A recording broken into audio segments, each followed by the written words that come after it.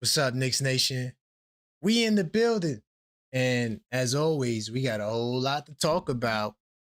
So, Jordan Clarkson, somebody who a lot of people don't mention, but there may be a possibility that he returns to the New York Knicks this upcoming season.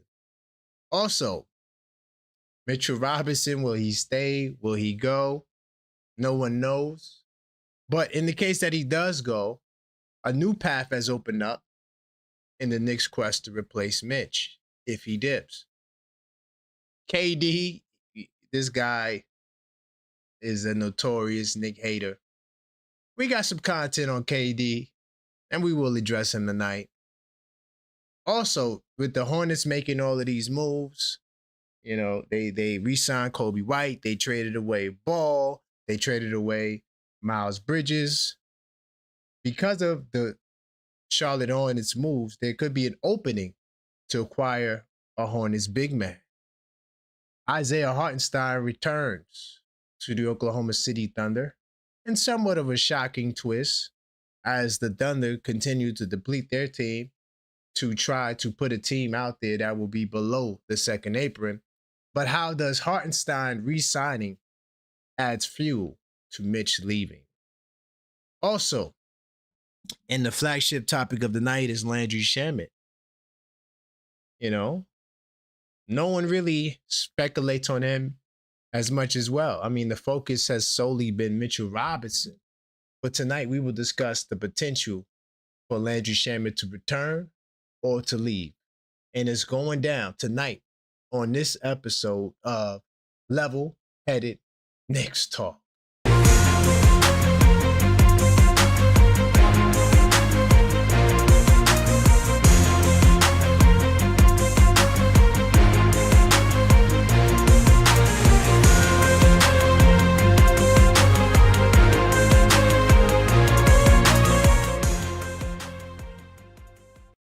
What's up, y'all? Welcome to the show. I am your host, Karan Pierre, the Objective Fan, and I'm straight out of Kings County, New York City's finest. Man, you know the vibes.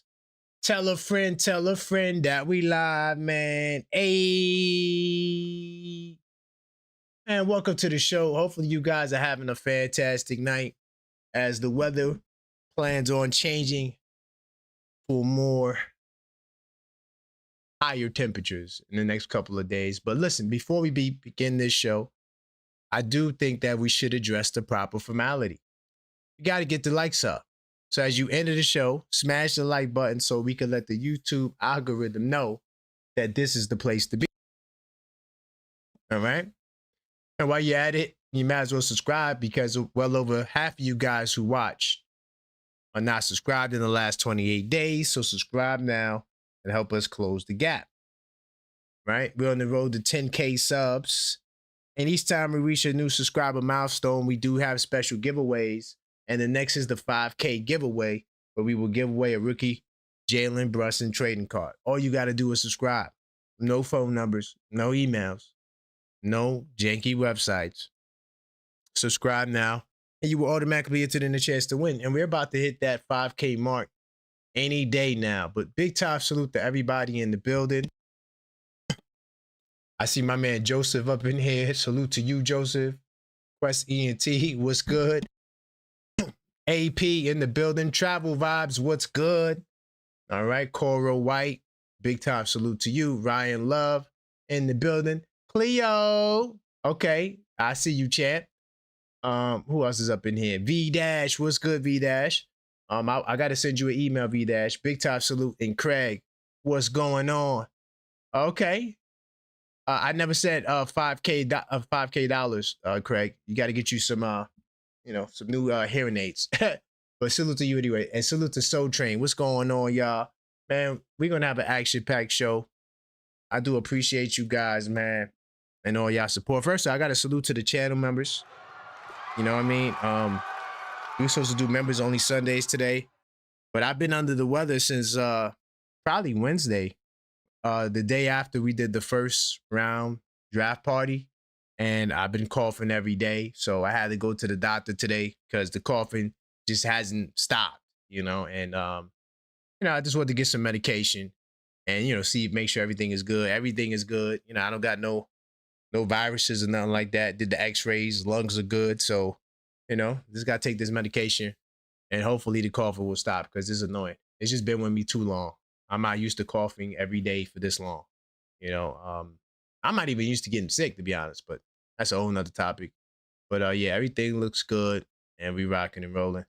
All right. Tomorrow we'll do This Week Inside the Knicks podcast. I think free agency begins on the 1st, so we'll be doing content. And then of course we got the Blue and Orange brunch, and then I think the first summer league game is the 9th. I could be off on that, but whatever day the first summer league game is, we're gonna do a watch party for that. So make sure you guys are in the building. And if you are a channel member, you'll be able to join the panel. You feel me? So it is what it is. It is what it is. But I'm gonna get to research mode, and I'm gonna get into my first topic. So right now we're in the off season, and this is where it gets fun. Right after the draft, who will the Knicks sign? Who will we sign? Who will we re-sign? Who leaves? Right now, a lot of people are torn right now. You don't want to see your favorite backup Knick go, right? And a lot of people got a lot of things to say. I want to salute to all of them. Everybody who helped us win the championship last year. If you come back, great. If you gotta go, it'll be a shame to lose you. But I understand that this is the nature of the business, right? In the business of basketball, we've seen these moves have been made since the inception of the league back in '46. So we've always, had to lose out on talent. And, it's a shame that we can't keep them all. But in the days of parity through the second apron, the rules are just set up for teams to, break up from their talent. But to be honest, letting players go isn't a new phenomenon. When you look at a lot of teams back, especially the dynasty teams, you've always had players coming and going. Like the same players weren't there. And the true measurement of Leon Rose's greatness will begin now. What are the steps we take to get back to the champion? And yeah, man, I truly believe that, whatever happens, I think that we have a shot. I think that we are the undisputed best team in the Eastern Conference. And if we get back to the finals, you always have a great chance to win. And I will never pick against the Knicks, but, this is just a part of the process. Some players will stay, some players will go. I want to talk about Jordan Clarkson, then I'm going to move around to Mitch and then the Shamet. And I probably take a little bit of calls and in between topics. We do a couple of topics and then take some calls. So if you want to call up 646-995-8389, you can call up. And I'll get you on the line. I want to talk about Jordan Clarkson because I feel like no one's talking about him. And last year, when we signed Jordan Clarkson, we knew that there was a great chance that he'll be a one-year rental. Oh, hold on. By the way, we salute to my brother Hakeem the Dream. Salute to Hakeem the Dream. He said, jollof rice will fix your cough. I never heard of that. I mean, salute to jollof rice. I don't have, we don't make that in my house, but jollof rice is fire. I will admit that. But are you Hakeem are you Hakeem the real Dream, man? Because you making me feel like you the real Hakeem the Dream, man. All right, you give me the real Hakeem the Dream vibes. I don't know, but thank you for the suggestion. I wish I could try it. To try something. And where I live at, there is no jollof rice spots at all. So, yeah, I'm out of luck. I just got to take the medication, I guess. Ooh. Mavericks and Clippers talking about a trade surrounding Klay Thompson. Man, this just gets interesting and interesting. I can't wait to see where all the chips fall. But right now, we're going to talk about Jordan Clarkson. Now, here's something that I don't think a lot of people weigh, because we thought that when we signed Jordan Clarkson, he'll just be a one-year rental. And he could very well still be that. But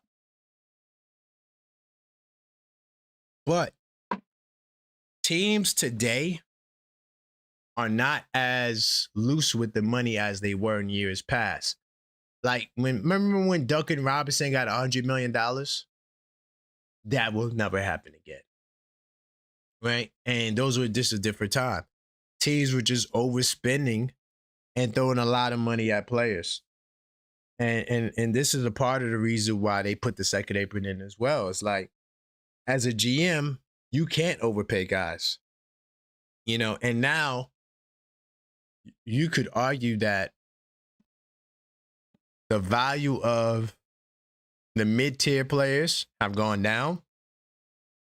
I'm not sure if you ever valued Hartenstein at 3 years, 87, but now he's down to 3 years, 75.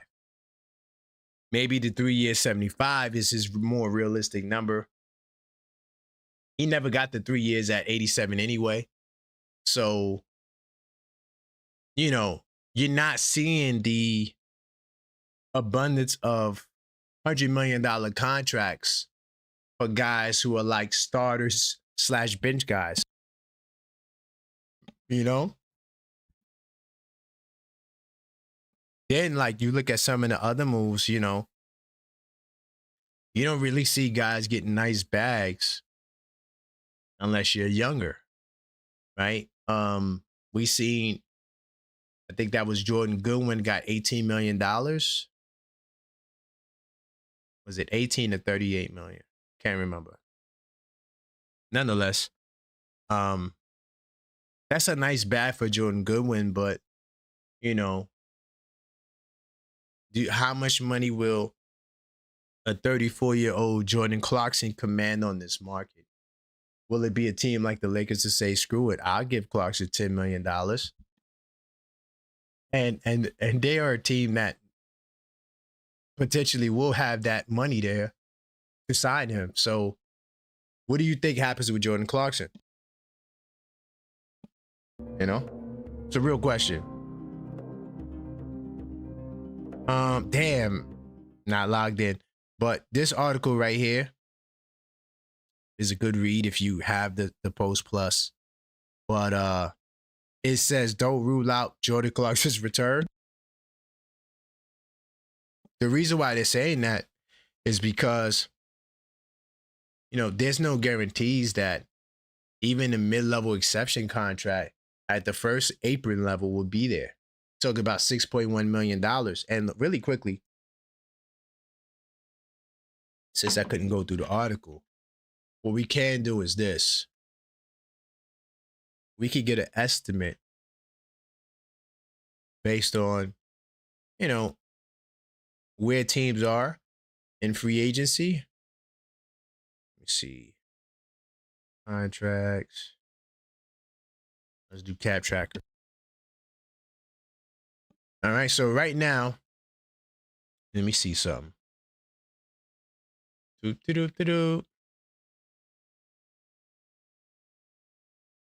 Okay, this is what I want to see right here. So right now, right, I think that this year's salary cap is $165 million. All right. Now, when you look at the amount of teams that have significant space based on their active roster, forget the total allocations, because those are cap holds. Cap holds could be renounced. So, like, this number right here doesn't really give you the full picture as to what a team could spend, right? It just tells you that, okay, this is the amount of money potentially a team has tied up. But when you look at the active players, right, you have to look at the active players and the active salary. Now, I'm not saying that these teams can't free up space, right? I think all of these teams have access to the $15 million exception. Let's see if they show that. Of course, they don't. They need to add another column showing the exception money that these teams have, because that would help out a lot. But you can see right here, this is the salary cap, 165 in the right corner right there.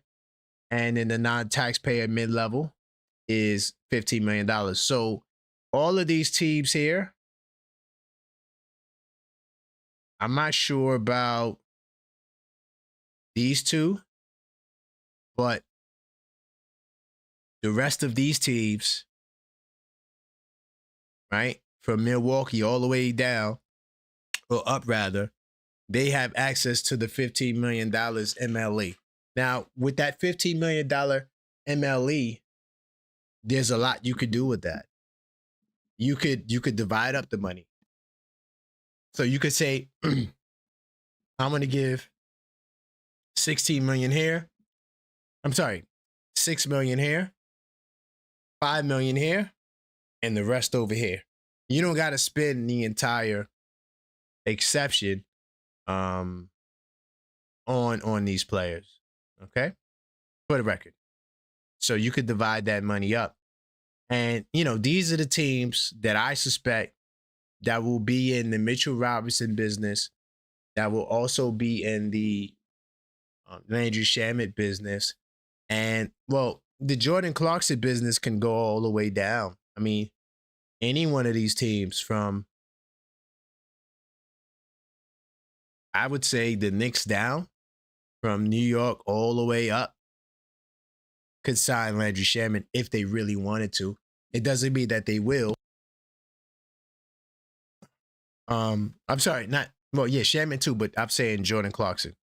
Depending on, what number will get it done.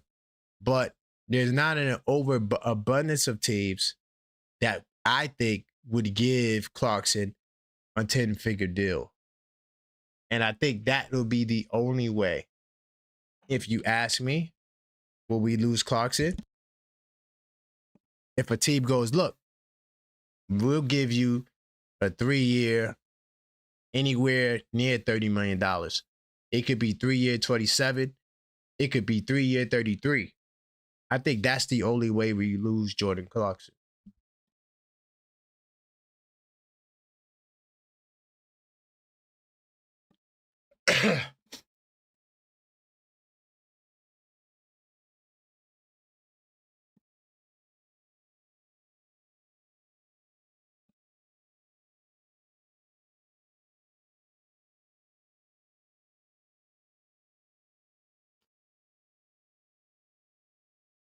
All right. Now, I'm gonna do one more topic there. I'm gonna open up the phone line, 646-995-8389. Call up, voice your opinion. I'm gonna get to Clarkson in a second. I'm gonna start talking about Mitchell Robinson if he did. And if Mitchell Robinson leaves, you're gonna miss his offensive rebounding.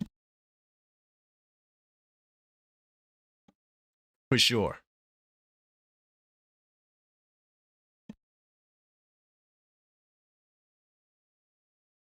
However, there are other big men that you could get.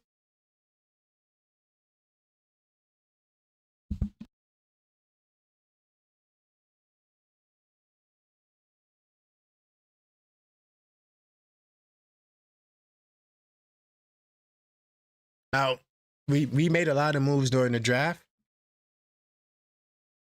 And you could argue that those moves open up another path to get, a Mitchell Robinson replacement. Okay. Now, one of the things we did during the draft was we acquired a lot of second round picks. All right. And already we see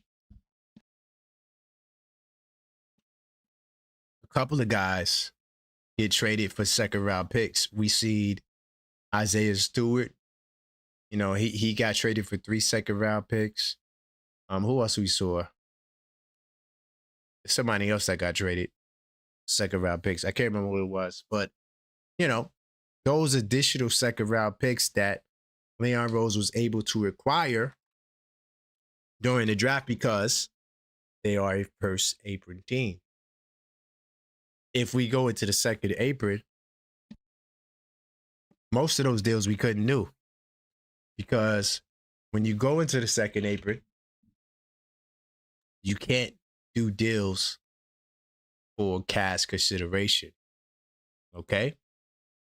And usually cash consideration is how we get that's the crux to certain deals, right? We see it in the Towns deal with the Hornets.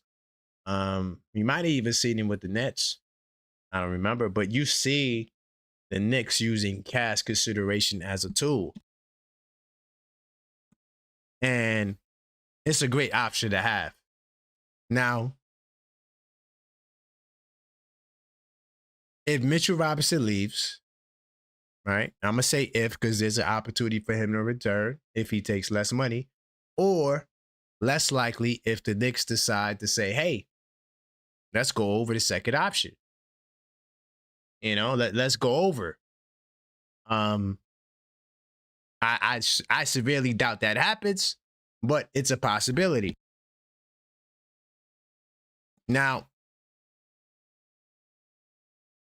the Knicks are not limited to signing free agent options, okay? And I honestly think based on, and you know what, I could do this really quickly. Hold on, give me 2 seconds because I feel like we're going to have to come back here anyway. I'm going to put this on the screen so y'all can look at this. I'm telling you right now, I'm not sure what the hell Walker Kessler's going to do, but more than likely he'll be in Utah. I don't foresee Kessler, leaving because $140 million is a lot of money. But hold on, I got this website here. Bam. All right. This is NBA.com. These are all the free agents. All right. Let's go to centers. If you go down this list, I mean, is DeAndre Ayton better than Mitchell Robinson? I think I'd rather go with Mitch, but okay. Let's put an asterisk by Ayton. But I mean, the rest of these guys, Bassey, Biyombo, Bradley, Bryant, Carlson, I mean, you could just go down. It's a lot of names. As I scan through, I don't see anybody besides, Hardside's going to resign, but there's no centers here that I would say is better than Mitch, and KP is probably going to resign as well. So if you want to put KP above Mitch, I don't think he'll be in the free agency, but it's kind of like slim pickings here. I think Mark Williams got the $38 million, if I'm not mistaken, right? I had another article talking about we might could get Mitch for the $38 million. I'm like, I mean, Mitch is coming off 60. That's a huge pay cut. I doubt it'll be that low. But you got Robert Williams, who's interesting. You know, this is a guy who we could actually sign. Now, I know you're going to say, oh, he gets hurt or whatever, but he's solid. He's a veteran. You know, he ran with the Celtics. He didn't win the championship with the Celtics, but he was one of their key contributors. You got a guy like, how you feel about Mo Wagner? I would like to get Mo Wagner, but I don't know how much money he will want. But there are options here. However, I feel like the best thing that the Knicks possibly could do would be to do a trade, because there's some good sitters that I find to be available that could help us. These are some of the names here. Now, these names, I might say that these guys are better than Mitchell Robinson. But these, I think, are easy trades to do. I think the Jay Huff trade is probably very difficult because the Pacers hate you. And I don't really see a world where the Pacers, trade with you unless they feel like they're getting the best out of you. But these are some deals that we could get done. And I think by Hartenstein re-signing, I think it cleared the way for Mitch to be the best center free agent out there that I think will actually be available. Because a lot of those other guys like Kessler, KP, we don't know what the hell Drummond going to do, but I just feel like those guys will be going back to their teams that they were with last season. But these are some guys you could trade. Jonathan Mugbo. All right. You got Mo Guy. I think Mugbo was Mugbo with Toronto? I don't remember where Mugbo was. But Mo Guy was with the Hawks. We know about him from the playoffs. Jay Huff was with the Pacers. Makai Potter. But the guy who I like is Ryan Colburner. He's super young, but he's a big guy. He blocks shots and he rebounds. And he has a nice little touch around the basket. I don't think Colburner is a free throw liability. I mean, we could look that up really quickly if you want to. I think he would probably be the easiest player to get on this list because some of those other players play for teams that hate us. So naturally, doing deals with those guys, I think, would be very difficult. All right. Yeah, he shoots 71% from the line, so no more Hackemich for sure. And he started 31 games. I would love to get his starter numbers, but I don't feel like looking that up. But, this kid is solid. 75% from the field. Oh, my goodness. The Liberty loss. Yo, listen, y'all. I swear to God. The last, I don't know how many games I watched from the New York Liberty. They lost. It's like I'm an omen. I can't watch Liberty games because every time I watch them, they lose. But so another topic. What do you guys think about Colburner? I like him. He has good size, 7'1". All right. I think he's solid, but call up 646-995-8389. Call up, voice your opinion.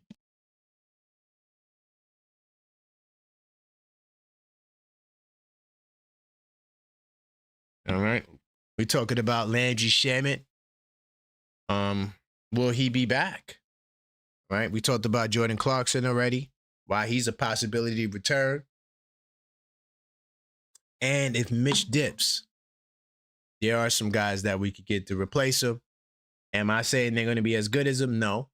But there are guys that rebound and they play good defense. So, I don't know what more than you want from that or than that, but it's looking like the Blockness monster will not return.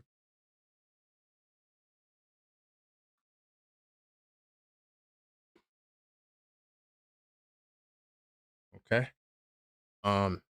Try calling him back.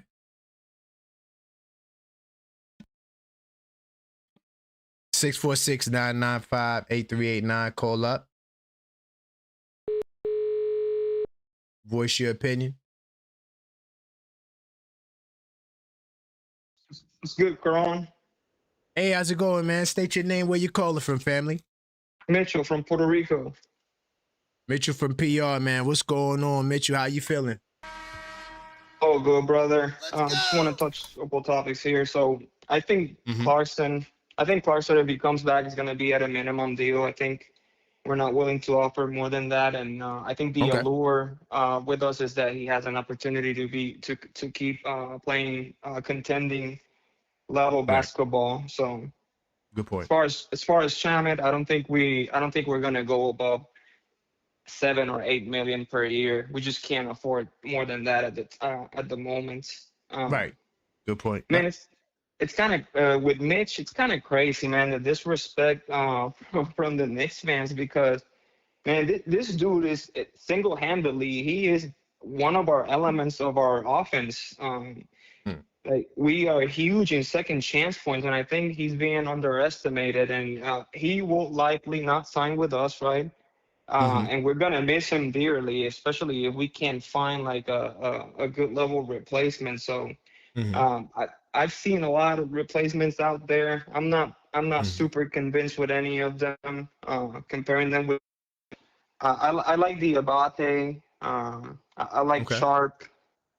I like the Iguodaro from the Suns. But outside of that, man, it's looking spooky out there.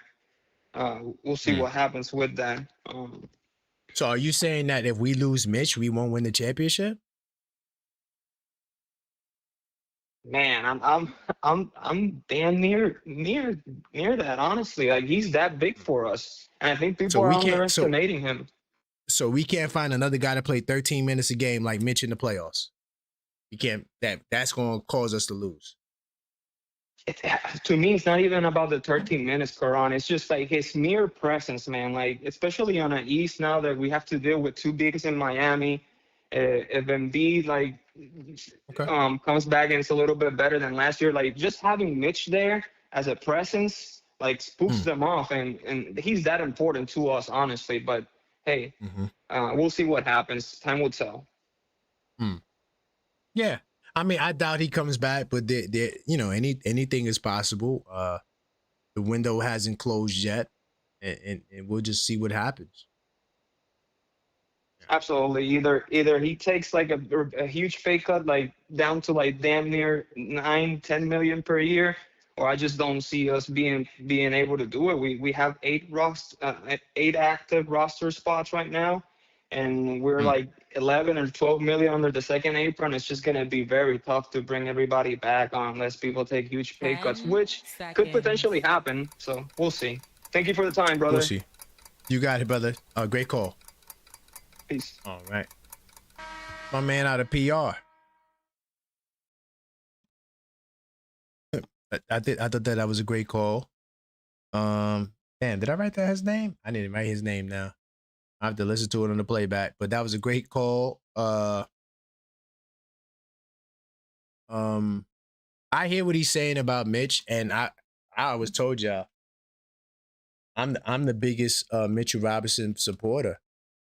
But at the same time, I don't think that, we lose Mitch, now we don't win the championship. I don't remember the brother's name.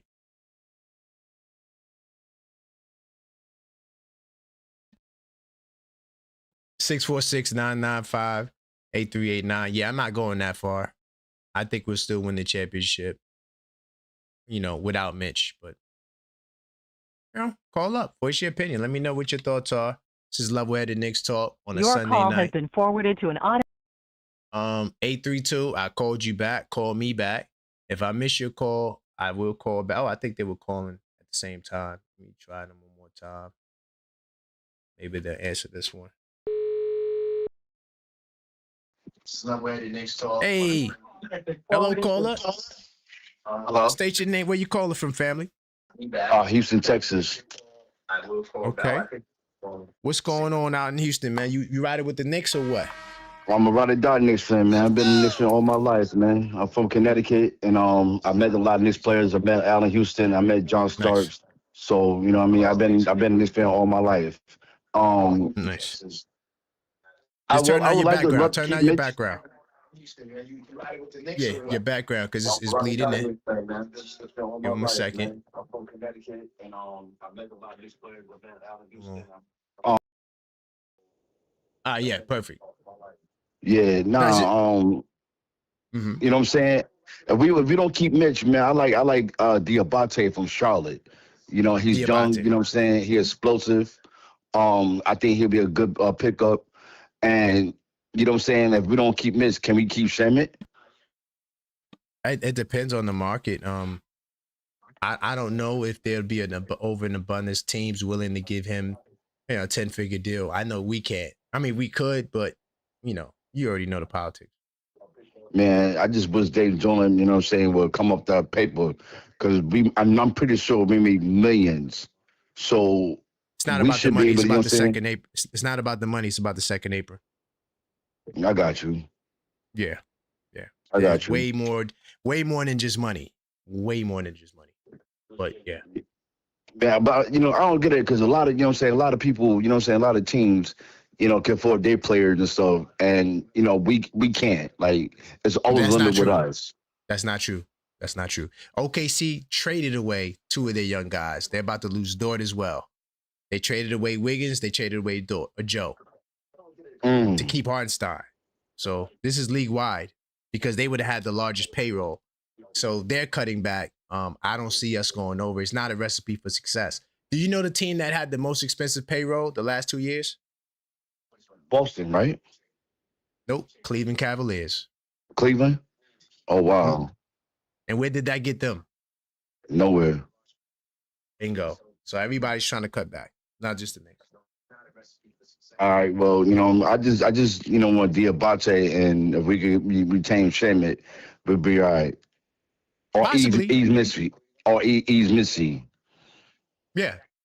I think those trades are easy to make because those teams don't know what the hell they're doing. Yeah, I think we could fleece them. You know what I mean? Yeah, that'd be a great look. I mean, they gave up Miles Bridges. Damn. Huh? They traded away Miles Bridges. I wish we could have got Miles Bridges. Yo, that would have been a great pickup for us, Miles Bridges. What? Man, that would have been a great pickup, a great steal for us. You know what I'm saying? As a backup, oh yes. Oh my. That would have been a great pickup. So I think that we'll get him. We're gonna get somebody. I'm not concerned. We'll be all right. All right, man. Salute, man. Big time salute. What's your name again? Wilton. From Got Connecticut. I'm gonna save your name and number. All right, man. I'll holler at you. Big time salute. All right. It's my man Wilton. He lives in Houston, but he's from CT. Salute to that brother right there. Yeah, it's not about the man. I'm glad he said that because now I get to see exactly where, fans may be confused. It's not about the money. It's about the penalties. It's about the restrictions. You do not want to go into the second apron. And I'm willing to take that fade with anybody. Hey, any of these writers that's like, yeah, the Knicks need to go into the second apron. I'm willing to take that smoke. No one wants to go into the second apron. No one. Going from CT to Houston. Got him. Bam. All right. We keep it pushing. Well, I got some heavyweights in the queue too. Take some more calls and I get into some more topics. Landry Shamet, will he be back? Jordan Clarkson, will he be back? What do we do when Mitch leaves? Call up. Let's talk about it.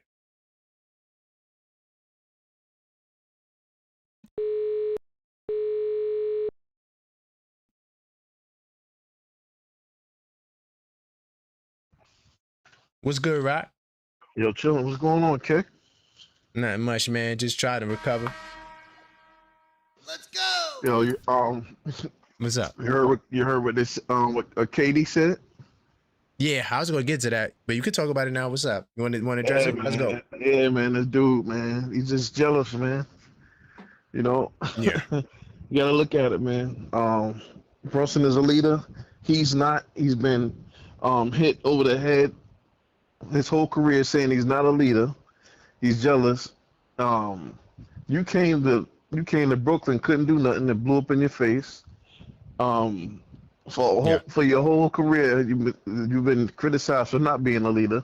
You're trying to put his pitches to the side, say, "Oh, I'm just a hooper," trying to downplay it like that's important.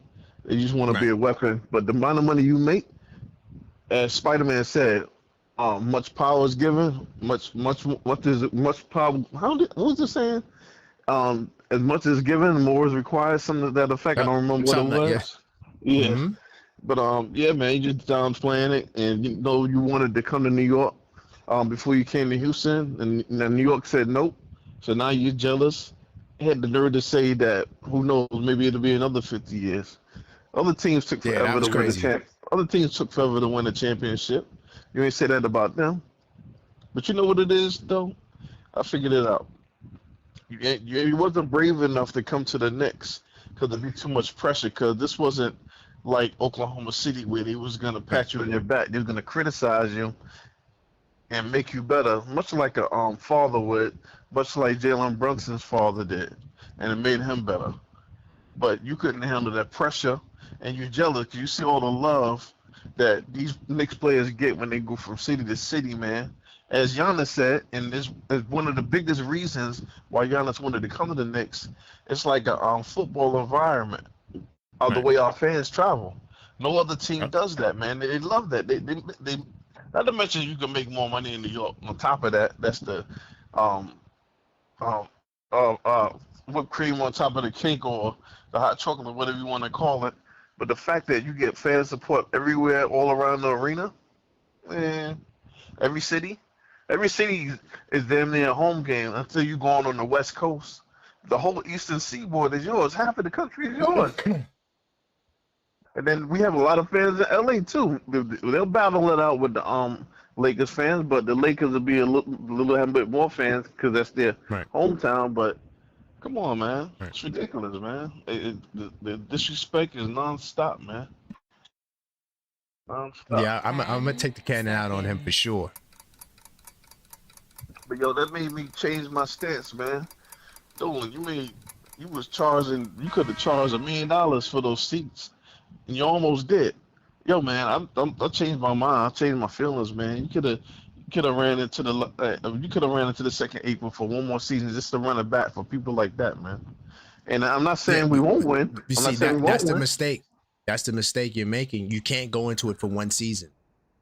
And the only way to come out of it, you have to give away talent. It's the only way to come out of it. Okay. You don't go in for one season and next year, oh, let's come out. Like this doesn't work that way. Like it's taken the Cavs 2 years damn near to come out. Oh wow, so they really poison pilled this whole thing, man. They done thought every other way you could try to get over this, they threw a roadblock, huh? Yeah, right, it's the Warriors. They looked at what the Warriors did. The Warriors paid the most luxury tax in NBA history to win those championships, and then that's why the league put this rule in. Well, okay, let me say this: if it's gonna take 2 more seasons, I mean, it's not my money, but hey, he got it, man. You've been stealing from New York for 50 plus It's not years. about the money though. It's about the restrictions. It's about the way we moved in the draft. We can't do that no more. It's way deeper than just the money. Yeah, but Kay, you say it's the way we moved in the draft. We ain't been doing nothing in the draft. That's just it. No, So I'm talking about those deals that we did for cash consideration. That goes out the window. Right? Certain deals that we want to do when we aggregate players to get a better player. Like if we want to do Pacome and Deuce to get a nice center, we can't do that as a second April team. It's a lot of restrictions that come with it. And also there's no recipe or you don't have a blueprint for success going into the second apron. We had 7 second apron teams. Only one of them won the championship, and Boston is still paying for it to this day. Yeah. So I don't recommend it. So this last CBA was a bad deal for our city altogether because everyone benefits from us being on a national stage, but everybody gets equal picking at the talent that's available coming in the league. Bingo. Right? Bingo. Yeah. You hit it on it now. It's like me and you on a team. You the leading scorer and the leading rebounder, and you leading in assists. But I'm friends with the coach, so we getting equal pay. But you doing more work, right? Blame it on the Warriors. They are the reasons for this. Golden State. Huh? All right, thank you for the education, brother. It makes me a little bit more mad. But hey, it is what it is. We gonna be fine. We the best team. Listen, right now we still the best team in the East, and I think that's the key to repeating. You gotta win the Eastern Conference because no champion in the last 8 years have gone back to the championship either. So yeah, they didn't win it, but they didn't even get back to the finals. So I hear Let's you, get Kay, back and to the final. I agree with you, and I got no problem. I think we are getting back to the finals, but we're gonna miss Bingo. Mitch when we hit the West, bro. You see, they drafted that monster to deal with Wemby over there, at OKC, and we lose with Mitch, man. He got the best lateral mover of any center in the league, and not to mention he's a rebounding machine. If we're gonna feel his loss, especially when we get to the West. And I wouldn't have felt this bad about it, except that down the stretch, Cat was in foul trouble still. Could be concerned with that. So I don't know, man. We're gonna feel it in the West Coast games, bro. I'm not saying we can't win it, Let's but see. we're gonna feel his loss. Let's see I'm what not worried. happens. And you Yeah, don't know what center we're gonna get either. We could get somebody nice that'll make you forget all about Mitch. Do not sleep on Leon Rose and World Wide West, especially. But I feel you, Rob. Big time salute. All right. Yeah, salute. All right. Yeah, I want the smoke, man. Any content creator or writer that would like to have that conversation with me, I'm letting you know I will put them in the body bag.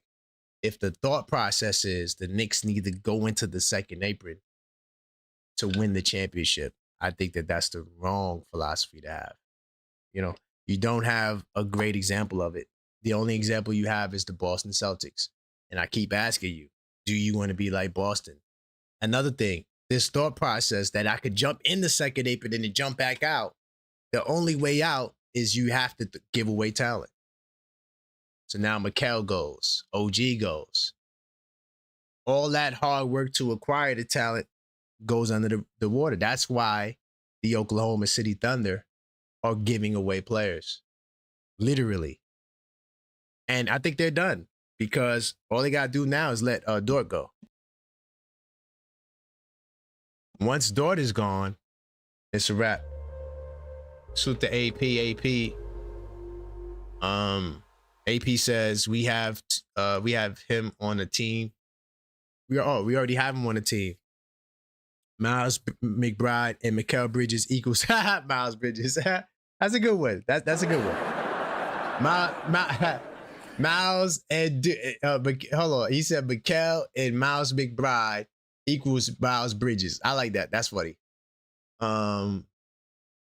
Example: we treated 2 players for OG Anunoby. Can't do that if we are second apron team. Right. Exactly. Hello, yo AP. That's fire. I think that went over their heads. Let me read that again. Did you hear what this brother just said? Example: we traded 2 players for OG Anunoby. Can't do that if you're a second apron team. It makes team building harder. Remember, Leon Rose's greatest strength is in-season trades. That's when Leon is at his best. You go into the second apron, it's going to limit him and his ability to make the magic happen. I don't think that it's a good idea to go into the second apron. I think it's just a bad idea. And you could go look at any championship team you want to. You'll start to see them losing players, replacing players, losing players, replace players.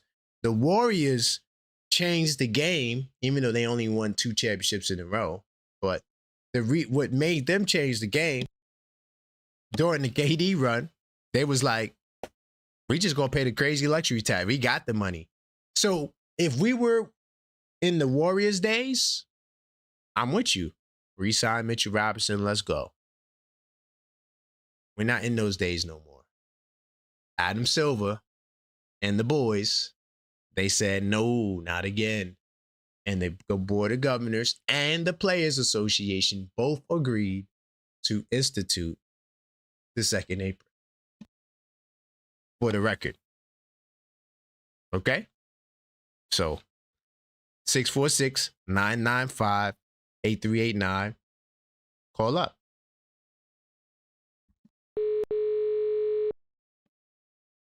Got Angie in the building. Uh-oh, what's going on, Angie? What's going on?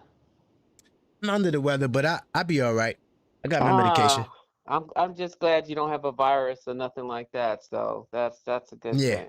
If I had it, it's gone. Yeah. Okay. You just got to get you some rest. Yeah. Yeah. But where we going?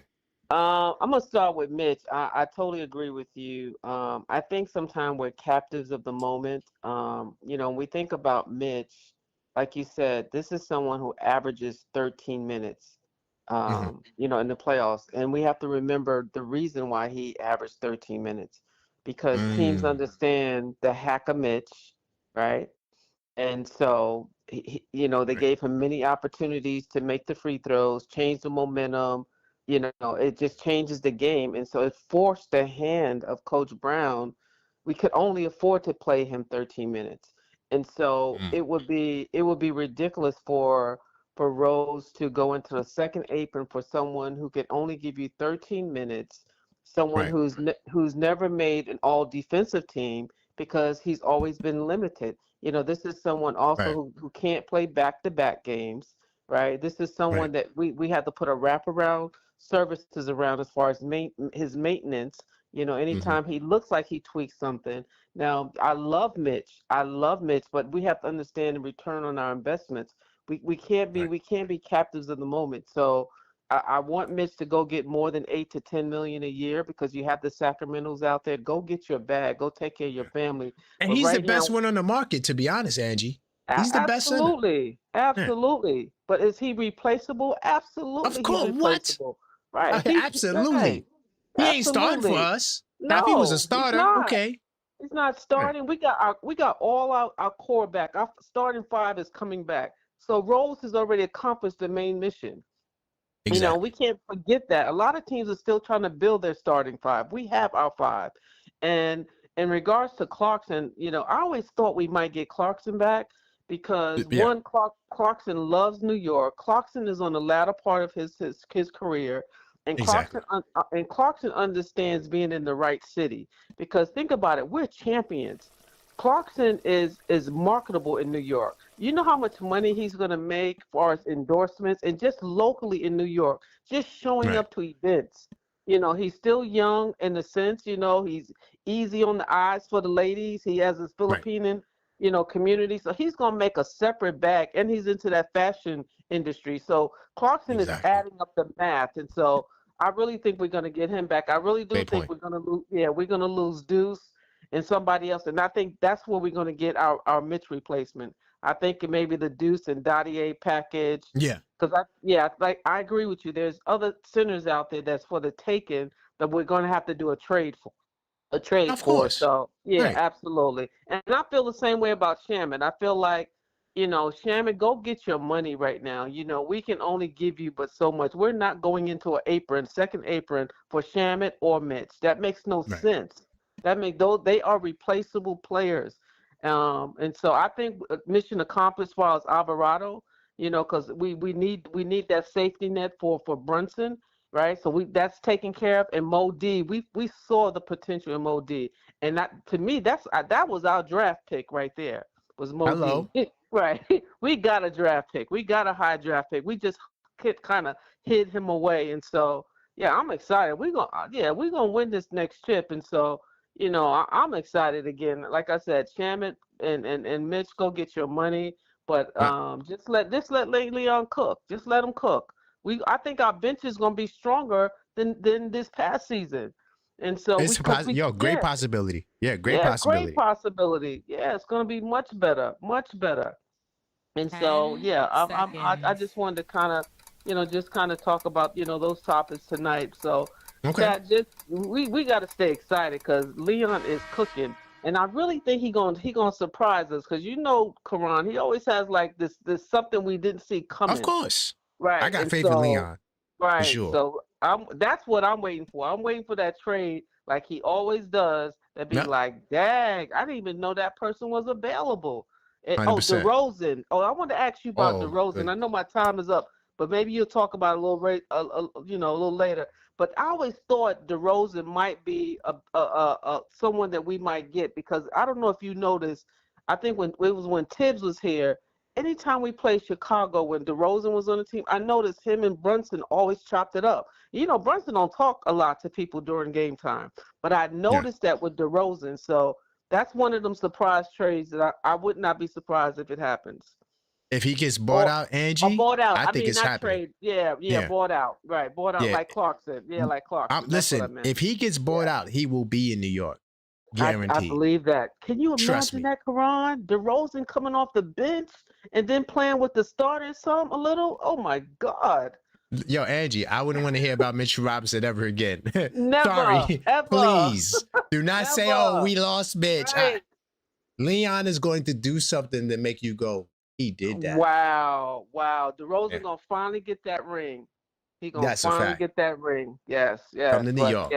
Yeah. But keep doing your thing. Get better. I'm praying for you. And Thank you. Let's go. Smash those Thank you, lights. Angie. All Great right, night. bye-bye. All right. Hey, it's going to be hard to follow that call. She was cooking. But she's right about Leon. You know, I don't know where, you know, Knicks fans, now we got to a point where it's like, we know more than Leon Rose.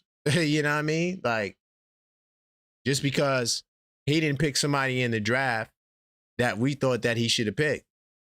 It just don't work that way. You do not know more than Leon Rose and World Wide West. They getting it done. Trust me.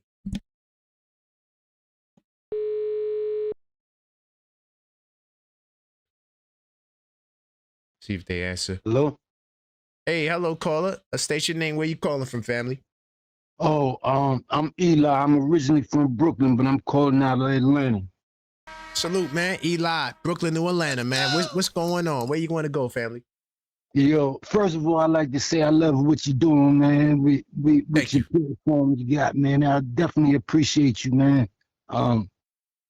But getting to this Mitch thing, man, I really don't think people recognize his value on the offensive end. We already know he a great defender. When I say offense, we don't need him to score. May run a lot for him every now and then, but his presence on the court demands teams to change their defense to box him out. And even with 2-3 guys blocking him out, you saw it in the finals or through the playoffs, he's still gonna get his hands on the ball or at least slap it back out. That leads to open 3-point shots. Another thing, just with him being on the court, I feel like it gives the shooters more confidence to shoot while he's there because he's the best offensive rebounder in the game. You can't replace him. I would say I would hate to see Shamet and McBride leave, but if we had to lose them to pay Mitch, I think it would be worth it.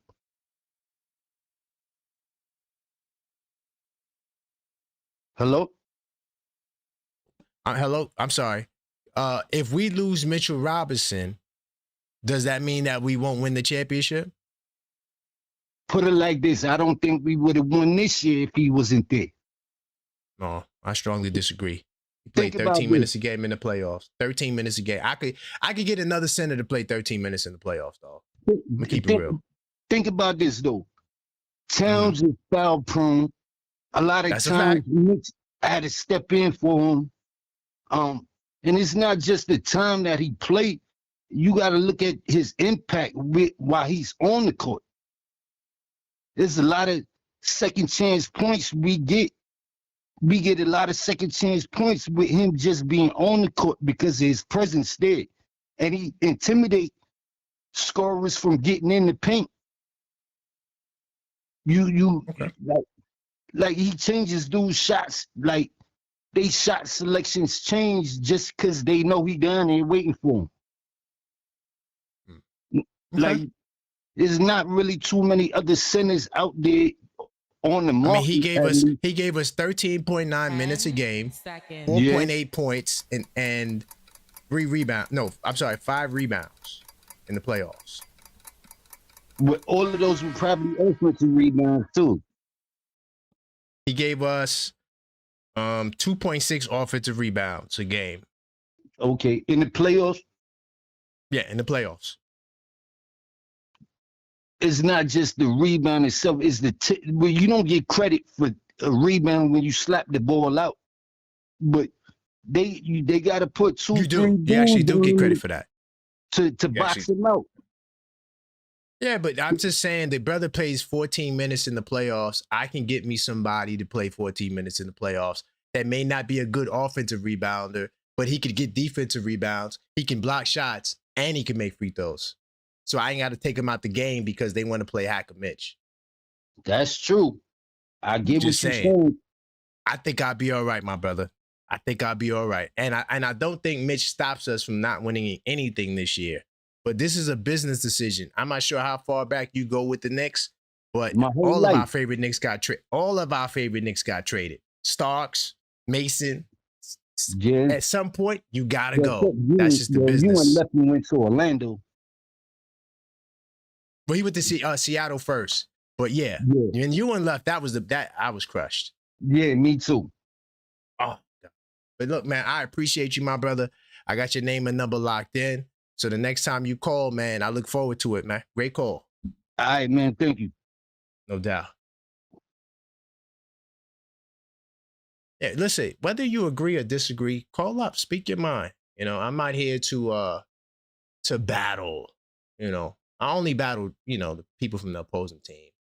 You know, sometimes Knicks Nation, we get it in, but, call up, voice your opinion. I don't think y'all understand the second apron.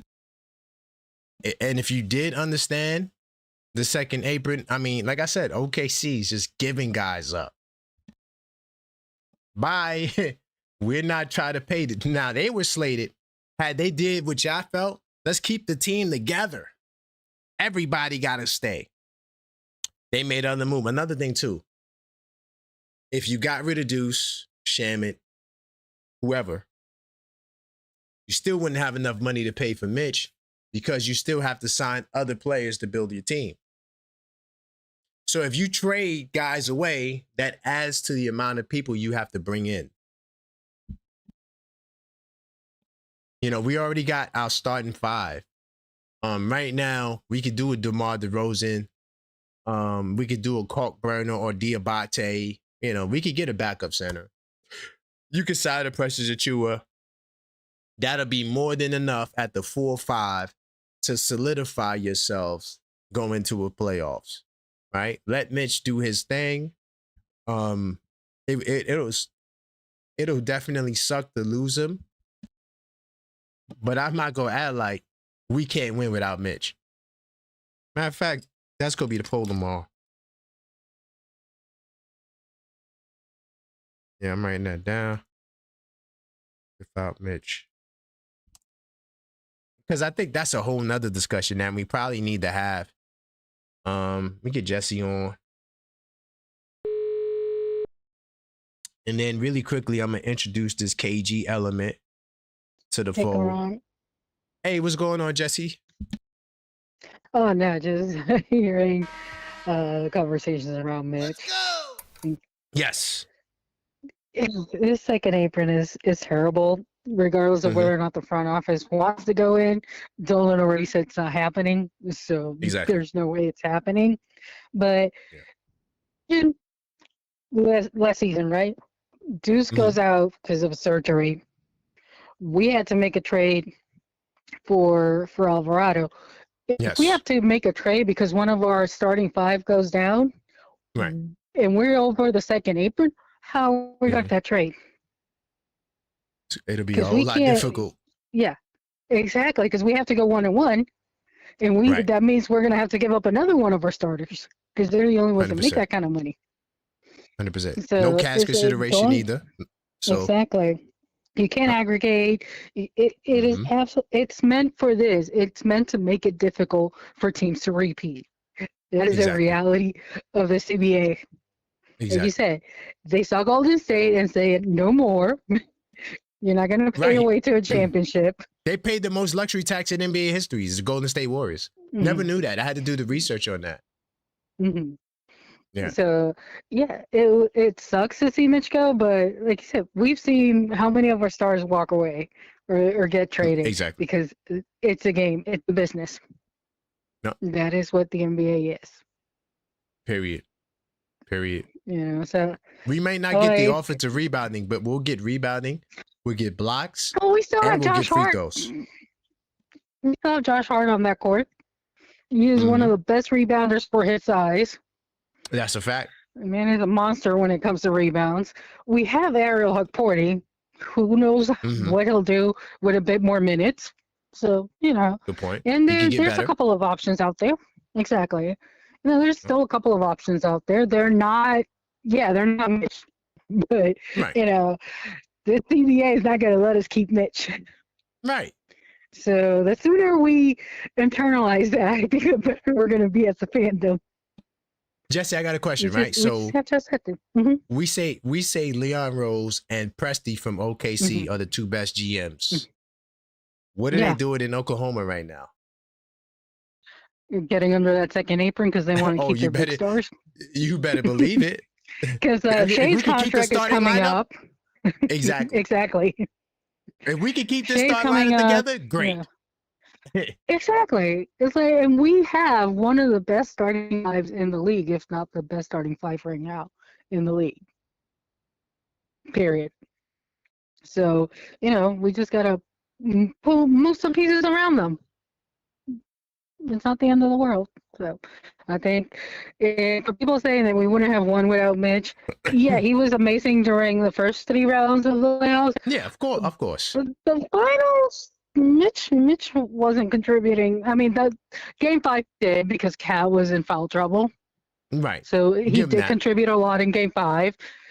But the rest of the time, we had to keep pulling him out of the game. Didn't Ariel have a good block in that game, no, Jesse? Didn't Ariel have a good block? He did too. Okay. He did too. And, it's... Didn't we still rent no center at one point, Jesse? Didn't we still rent? Okay, I'm sorry. Oh, yeah, we went with Sohan at one point. Yeah, we went with Sohan. Gordon Wemby. I'm sorry. I'm sorry. You're already sick. Calm down. Yeah, I'm sorry. No, it's, again, Mitch is great, but we can find ways around that. That's all I'm saying. Shamet needs to walk. Shamet needs to walk. Yeah, I agree. And if I'm Shamet, I'm taking whatever bag because he's injury prone. It would make no sense not to take the bag. The question, though, Jesse, is will the bag be there? And that's what I'm about to talk about in a second. Will the bag be there? I think he's more valuable to us than he is to other teams. Yeah. Him and Clark are more valuable to us than they are to other teams. Yeah. I think that's what it is. I wouldn't even... I wouldn't debate that. Yeah, so where Mitch is valuable to a hell of a team. Oh, what? And they are going to come Mitch is a starting center. He's a starting center. He's not. He's better than the backup, y'all. Y'all want him to be a New York Knicks backup for the rest of his life. Stop. Yeah. Oh, I was going to say, I'm hoping that this year, since we're champs, Cat gets a better whistle. That's my hope. So we won't be in as much foul trouble, but we'll see. We'll see. I don't know about that, Jesse. Maybe if he plays the hub, he'll get less offensive fouls. Maybe. Fingers crossed. Fingers crossed. I'll let you go. Thanks, Ron. Bye. Thank you, Jesse. All right. Bye. Listen, y'all, the OKF ladies know basketball. Salute to the ladies, man. They know they stuff. All the time. Mitch is a starting center in the NBA. He needs to get paid like a starting center. I got the content on it. I did the video about load management, how that was a scam. I told you that months ago. I told you. But now, Mitch is the best center on the market. If I'm a team and I want to sign a starter, none of those other guys would I put above Mitch. I wouldn't put none of them. And the other guys, Hartenstein, Kessler, KP, Duran, they're more than likely going to go back to their team, or Duran will be signed and traded. That's a whole nother topic. I don't even talk about Detroit business. Detroit dropping the goddamn ball. Before I get to take some more calls, I'm going to put this Landry Shamet heavy article on the table just to, massage. Hold on.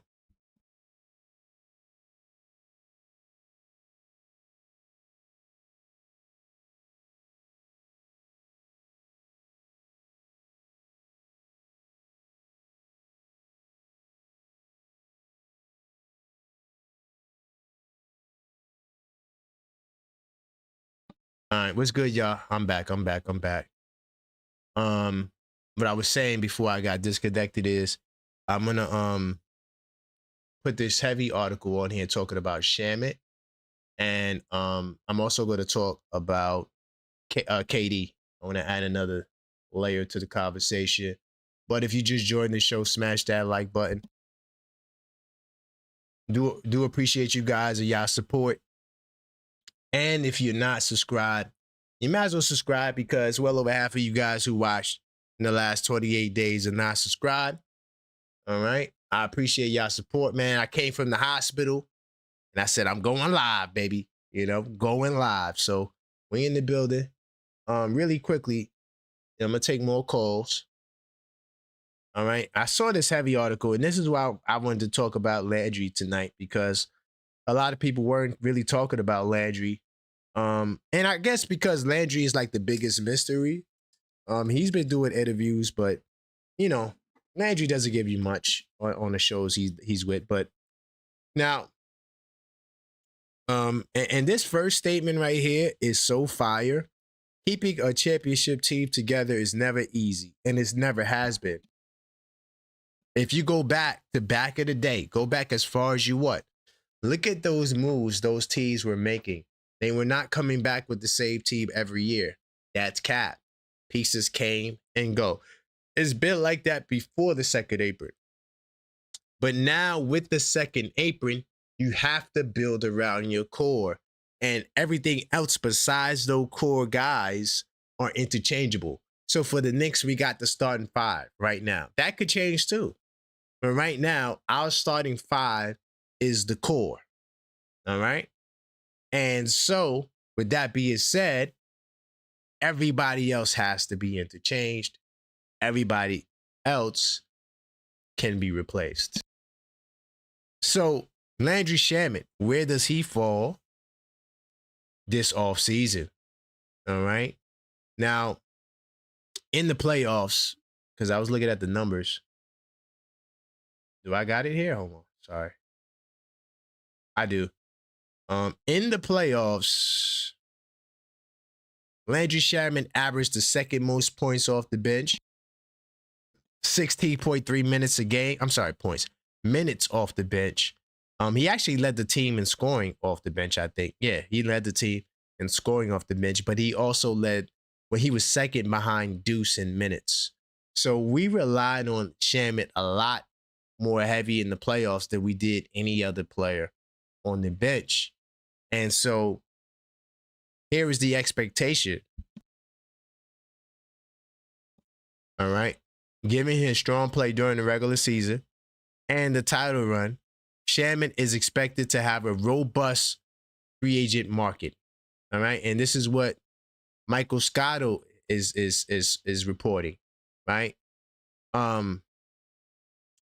Now, Scotto also noted that Shamet remains highly regarded by head coach Mike Brown and the Knicks front office, right?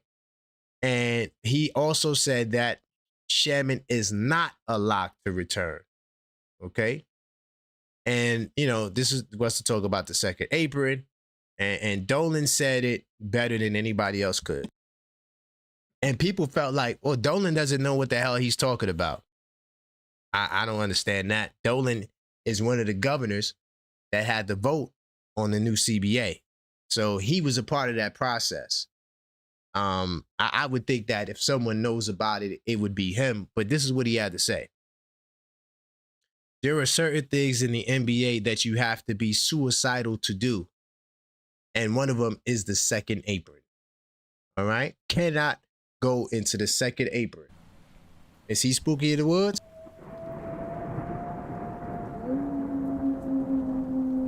I'm telling you right now, everyone is spooky in the woods when it comes to that goddamn second apron. And I'm willing to take this bet. No team will be a second apron team this season for the first time since the inception of the second apron. I'm willing to bet that. I don't think no team will be an apron team. But yeah, Michael Scotto, he thinks that there is a market for Shamet out there. And he says that is not a lock for him to return. Now, I want to say this. If Shamet can make $6 million, because we technically could give Shamet, I mean, it depends on what the buyout market would yield. But you theoretically could give Shamet $6 million. Now, if another team, and let's say they're trash, if they come to Shamet and go, well, look, we'll give you $8 million. If I'm Shamet, I would go back to the Knicks. Because you go to a team that's trash, you're not going to get no limelight over there, right? However, and this is the same thing with the Jordan Clarkson conversation. If there's a team that's willing to give Shamet 10 figures for 1 year, oh, you got to go. But if the Knicks say, Shamet, we could give you 6, 5, 6, hold us down. And that other team is like, yo, we give you 7, 8. I think Shamet should stay. Even though it's more money to go to that other team, but clearly you'll be a bigger star if you stayed in New York. So I just say it depends on the bag. All right? What do you guys think? You guys could call up. But Mike Scotto said, it don't sound like it. And then really quickly before I get back to the phone lines, I definitely got to unleash the cannon on Kevin Durant. Because this guy is a notorious Knick hater. And one of the things I take pleasure in is giving NBA players the business. So KD doing interviews, talking, and, you know, stay clear of my Knicks, and I'll stay clear of you, KD.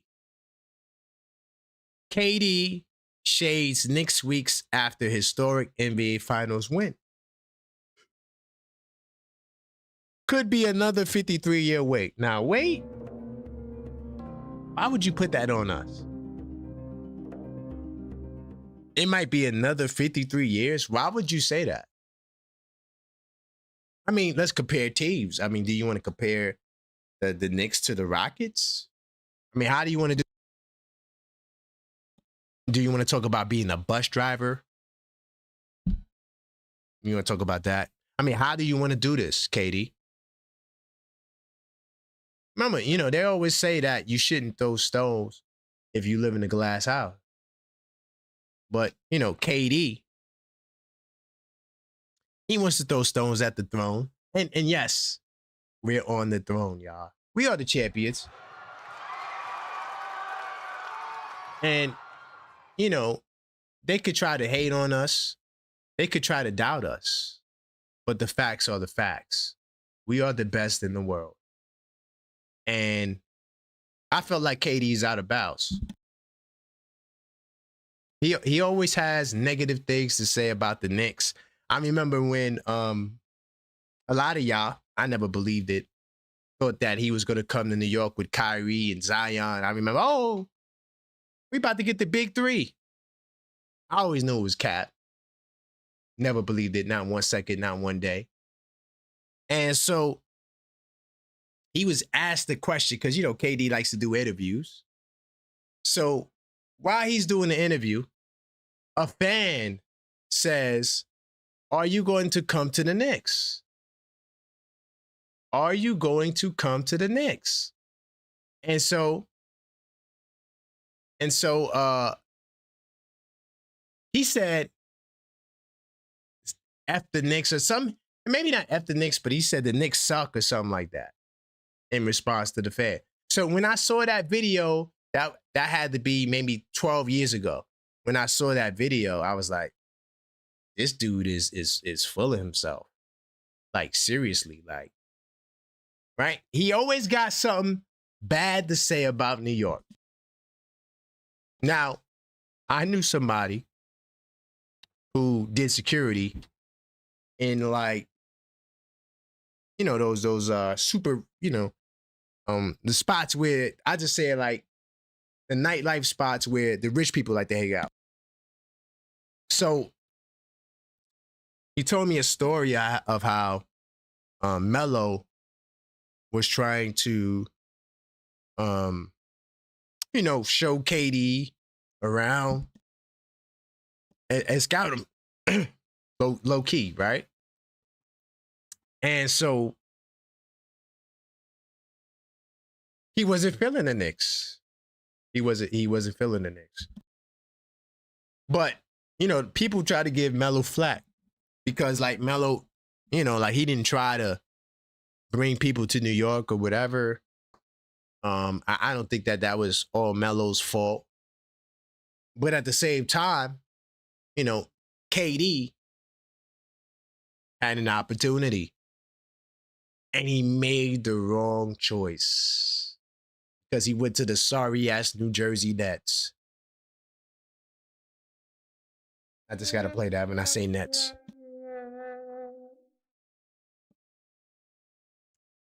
You went to the Nets, my brother. You chose to be, that's like saying, you know what that's like? I'm going to give you the example. We all get together, 2-3 of my superstar homies, and we gonna be like, look, y'all, we going to LA. And they're like, yeah, we going to the Lakers, right? Nah. We're not going to go to the Lakers where they win championships. We're going to go to the Clippers. That's essentially what you did when you decided to go to the Jersey Nets. And it backfired. So prior to your trade to the Houston Rockets, I laughed when I saw the report that KD was willing to come to the Knicks. I thought it was funny.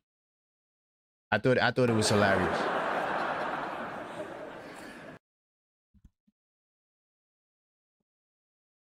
My thing is this.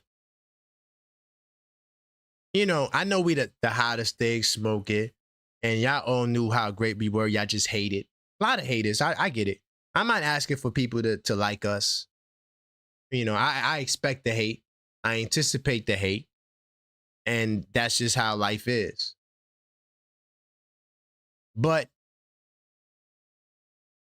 I don't know if you felt slighted or you felt some type of way that we pretty much told your ass hell no.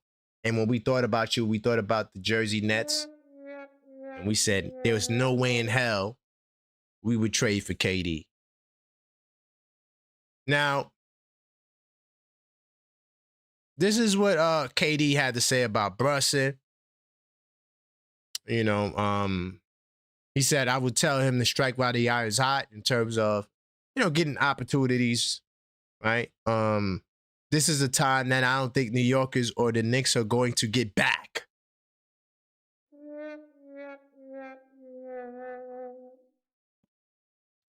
First off, why would you make that assumption that we're not going to get it back? You got to take advantage of this time right now. You don't know if this is ever going to come around again. Now, I get the message. I get the message. Like you saying, Brunson, yo, become a big star. That's cool. But why are you saying all of this? And then he says, it's been 53 years. It could be another 53-year wait.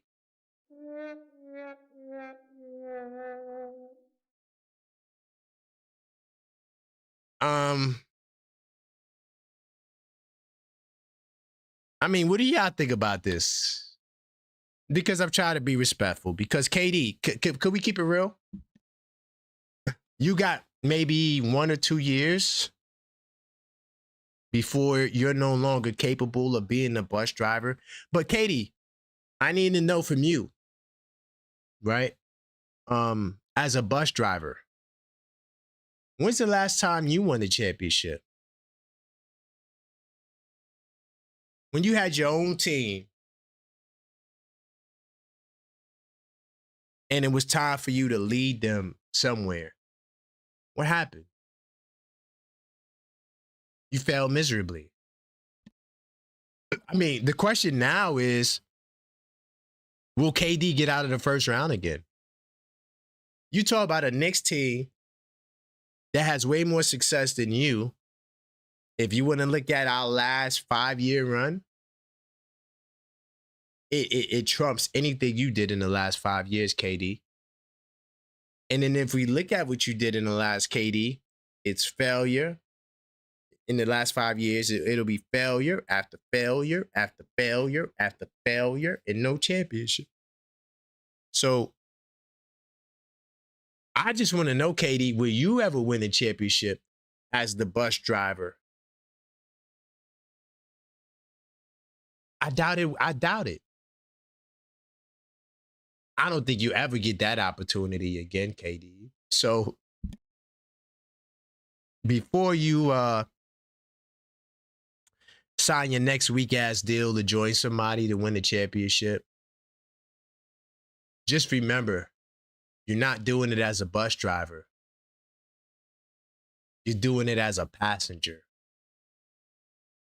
riding a whole nother team's wave, led by a whole nother person.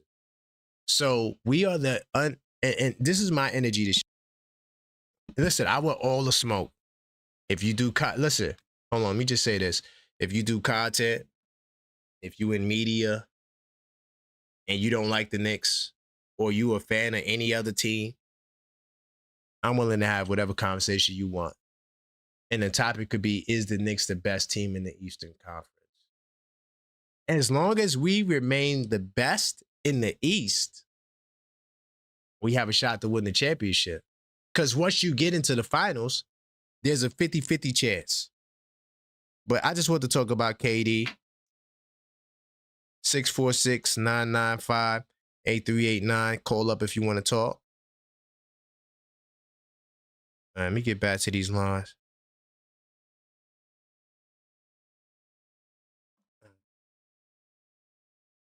Salute to everybody watching. I just had to just pull the cannon out on KD. He's straight tripping for no reason. If I miss your call, I will call back, all right?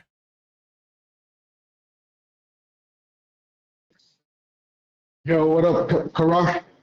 What's going on, FGC in the building? Yo, what's good? I'm in the treadmill right now. I've been on this for like a couple hours, so my bad if my brain is all over the place right now. Man, you're a super athlete, man. Let's go.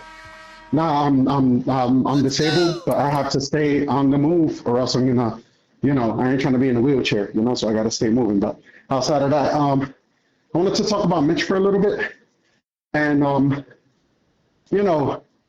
50-50 on it, right? Like the selfish version of me wants Mitch with the Knicks still, but the reality of the situation is he has to get his bag, guys. He's been with the Knicks since when? 2019. Let him get his bag.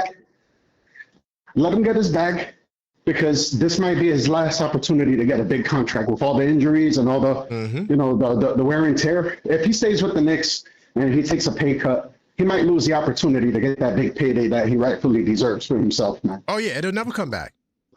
Yeah, this is his last chance, and like you said, he is the best center in the market right now. Because right now, back in the Bronx, my uncle used to go to these auctions, like in the hood, to get these used cars, these bad used cars, these hoopties. That's what it's looking like right now for the centers right now, with a couple of exceptions.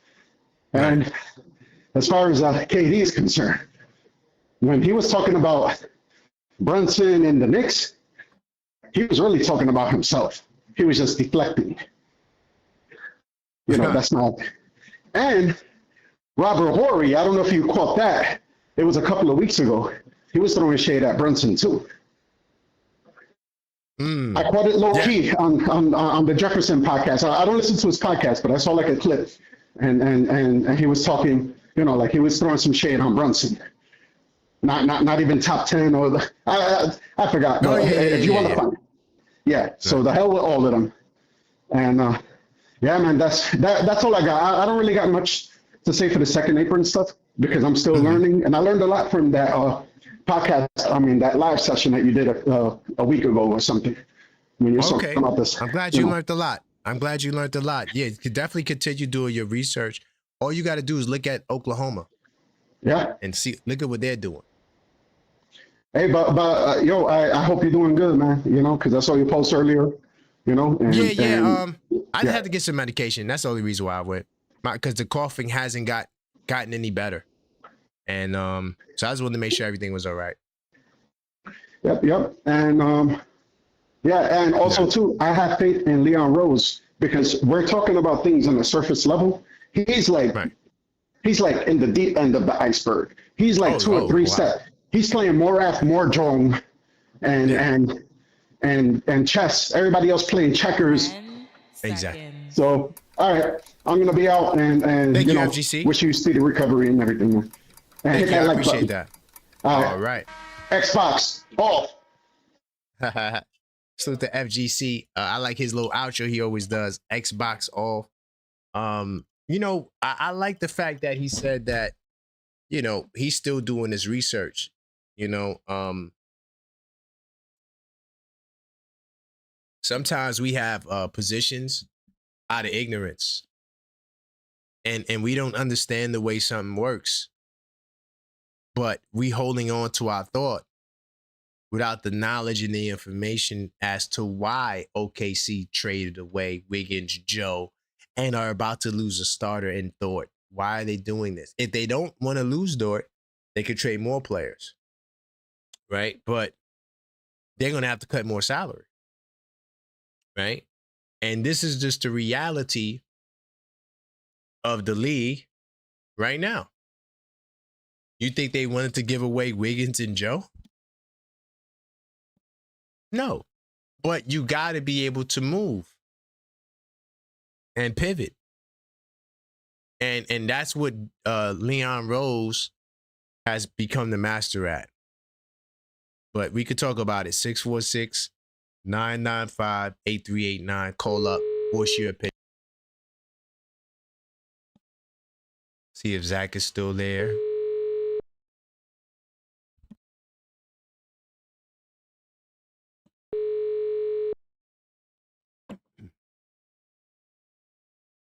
Yeah. Hello, Zach. Hey, what's going on, Zach? How you doing, Karan? I hope you're feeling a little better. Hope they gave you some good medicine, make you get, you know. Yeah, they gave me some good medication. Let's go. Perfect. Yeah, I want to start with, I think Top Shredder would be a really nice backup to Mitch. I mean, he's not, you know, he doesn't compare to him. Obviously, that's not, of course, what we're saying.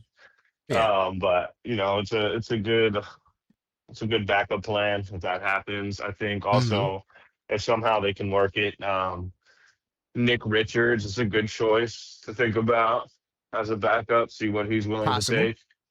So I think that's something the Knicks can think about because obviously, you know, we're not going to the second apron. It's just it's suicide, as Dolan says. It really is. Exactly. So those, you know, we leave us very little options, obviously, with what we can do and what we can work with. The finagling that Leon likes to do, it takes away from it.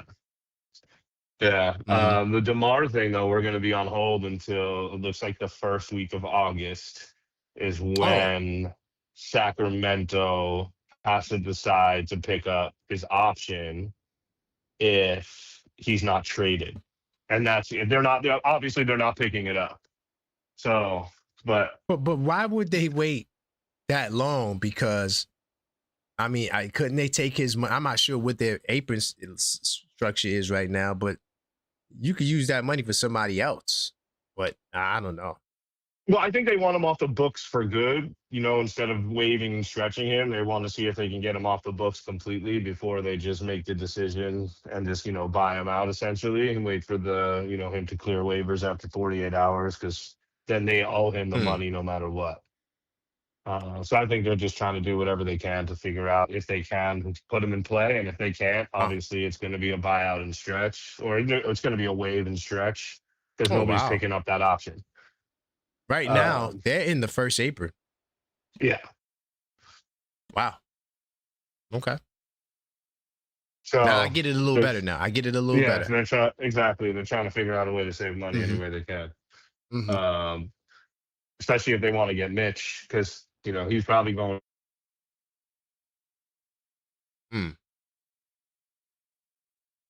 Did I lose you, Zach? Yeah, I'm still connected. We'll get him back.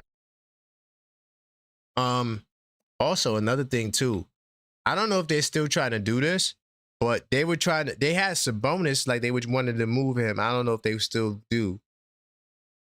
Hunter's another interesting guy. Will he be on the move? Because they got a lot of salary, bro. Look, they're a first apron team. Let me see. Do they got any rookies? Ooh, they got two first round players. They got signed A-Cuff. Wow. So yeah, they're gonna be getting rid of more than likely, y'all. And let me tell you why this benefits us too, right? The later the period, the later we get into free agency, and they want to delay it, the more it increases our chances at getting DeRozan. Because a lot of teams are making moves at the beginning of the offseason. So it looks like to me, two things. One, Sacramento, they're having a hard time. They're having a hard time trying to get rid of some of these guys with salary. They're not liking the market, right? That's what this is kind of telling me right now. And if they want Mitchell, I didn't even realize that they were a first apron team. I figured they'd be over the cap because they do have Devine, Sabonis, DeRozan. Those three guys right there make over $100 million. So I already kind of figured that. Then Hunter got the 25. So they got some salary. And honestly, y'all, these contracts are not that easy to move. Like, these contracts are not that easy to trade, dog. I mean, how many people want to pick up a $45 million contract for Sabonis? Who's raising their hands up like, yeah, I'll take them? I don't even think the Lakers would take him. So, we'll see. We got to monitor Sacramento to see exactly how they come off some of those other assets, if they want to come off those assets, but they do, because they got to free up at least $8 million. No, they got to free up at least $11 million to sign their draft picks. So, that could be some more incentive to get rid of DeRozan. Because once again, like I told you, my prediction for the season is that no team, for the first time since the second apron has been in its exception, no team will go into the second apron. It just doesn't make any sense. All right, 646-995-8389. Call up, voice your opinion. All right. Yo. Juan, we in the building. What's going on, my brother? Yeah, these people, man. What's up? I'm just getting tired of this. I'm tired of the spooky in the woods energy. Let's go. Let's get it. Like, I don't understand, like, how you didn't see Rose work magic. Anyone can still be like, oh, we can't lose, bitch. No, we can't lose. We can't. Shut up. He's the best GM. Him and the freaking Thunder all damn near almost made it back to the finals, barring injury. Yep. Right? Yeah. Like, you can say the Spurs are the better team, but, like, damn well if they weren't injured, they're gonna make it back. And I see them coming. Like, these GMs are smart enough to know that what to do with these. Like, Rose has shown, like, every year, even losing players, trading players, we've gotten better. We're from every round. We progress every round. Why do you not think that we will at least be back to the finals? Exactly. Great point. Like, I just don't like. What are you seeing? What are you seeing in the 13 minutes that another player, 2 players, we can replace them with 2 players, right? With that kind of money, right? Exactly. And that can make up for it. You can get, like you said, if you get the Rosen and let's say that one power forward you was talking about, right? You get the points that Mitch wasn't putting up because all he can do would be a lob threat. So that's 14. Well, he was putting up 5 points, right? You said. Yeah. So you got 13 points you making up that he's not getting. Plus you can keep him on the floor because God forbid he can make a free throw. Like, and then if you get a guy who can play good, you don't even have to be a great rebounder. If he's just a solid rim protector, 100%, and get blocks, and just and put his free flair on the throws. guy who wants to come in the rim and can make some free throws, that makes up for any offensive rebounds because you're making the freaking free throws. That part. Like, it's just like people, you got to think more outside the box. You're too attached, again, like I said the last time, you're too attached to the letters to the back. There's many ways to skin this cat. And it's only, like, he was playing 13 minutes. Like, what do you think we were really getting for him? The one game he didn't play, we still won that game. 100%. In the playoffs. He got 4.8 points and 5.5 rebounds in the playoffs. Like, why do we think we can't get that from another player? By the way, if you want to go to the plus minus gods, if you want to be plus minus out, he has one of the lowest plus minus on the team at plus 1.7. In fact, Mitchell Robinson has the lowest plus minus of any rotational player in the playoffs. I don't want to act like I'm attacking Mitch, but the thought process that we can't win without him, that's what I'm attacking. Yeah, I don't see it. I don't see us not making it back or winning another one. And plus, we got guy with the. Everyone keeps saying this. We got the chunk Mamba. We got the fourth quarter killer. We got the Captain Clutch. You know what I'm saying? He comes from the same cloth as the. We finally, as New Yorkers, got a guy that has the mentality of a Jordan, of a Kobe, and the skill set to go with it. Outside of the defense, because he's just too small. But, like, even then, he's a willing defender. He's not like a horrible defender either. He's still the best below the rim defender in basketball. Nobody draws more charges than Jalen Brunson. Than he does. So, like, exactly. I don't understand. Last time I checked, when you draw a charge, that's a turnover. That is a turnover. That is a good defensive play. So, even then, he's still better defender than most guys his size. So, like, I just don't I just don't understand, like, it's just people just too afraid. Again, I think we're not used to winning, and people can't see the forest through the woods. Like, they just don't understand how things work. They don't understand the second apron, how they, like, let's say a player gets injured, and we need to make a move for someone just to hold up, because we've had to do that before, right? And with the second apron, we can't make that move to fill in a space for somebody. We don't get the Brooklyn Beast Alvarado. Like, guys, y'all thinking too small. You're not seeing the bigger picture. But like people, just put the trust in Rose already. Like, come on. Like, what do we got to do to? It's like the New York energy is just too negative, man. I swear. Like, they spooky.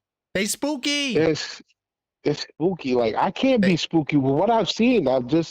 Rose has just done too much every time. Like, and when people hate it, everyone told me I didn't know ball when they traded for Cat.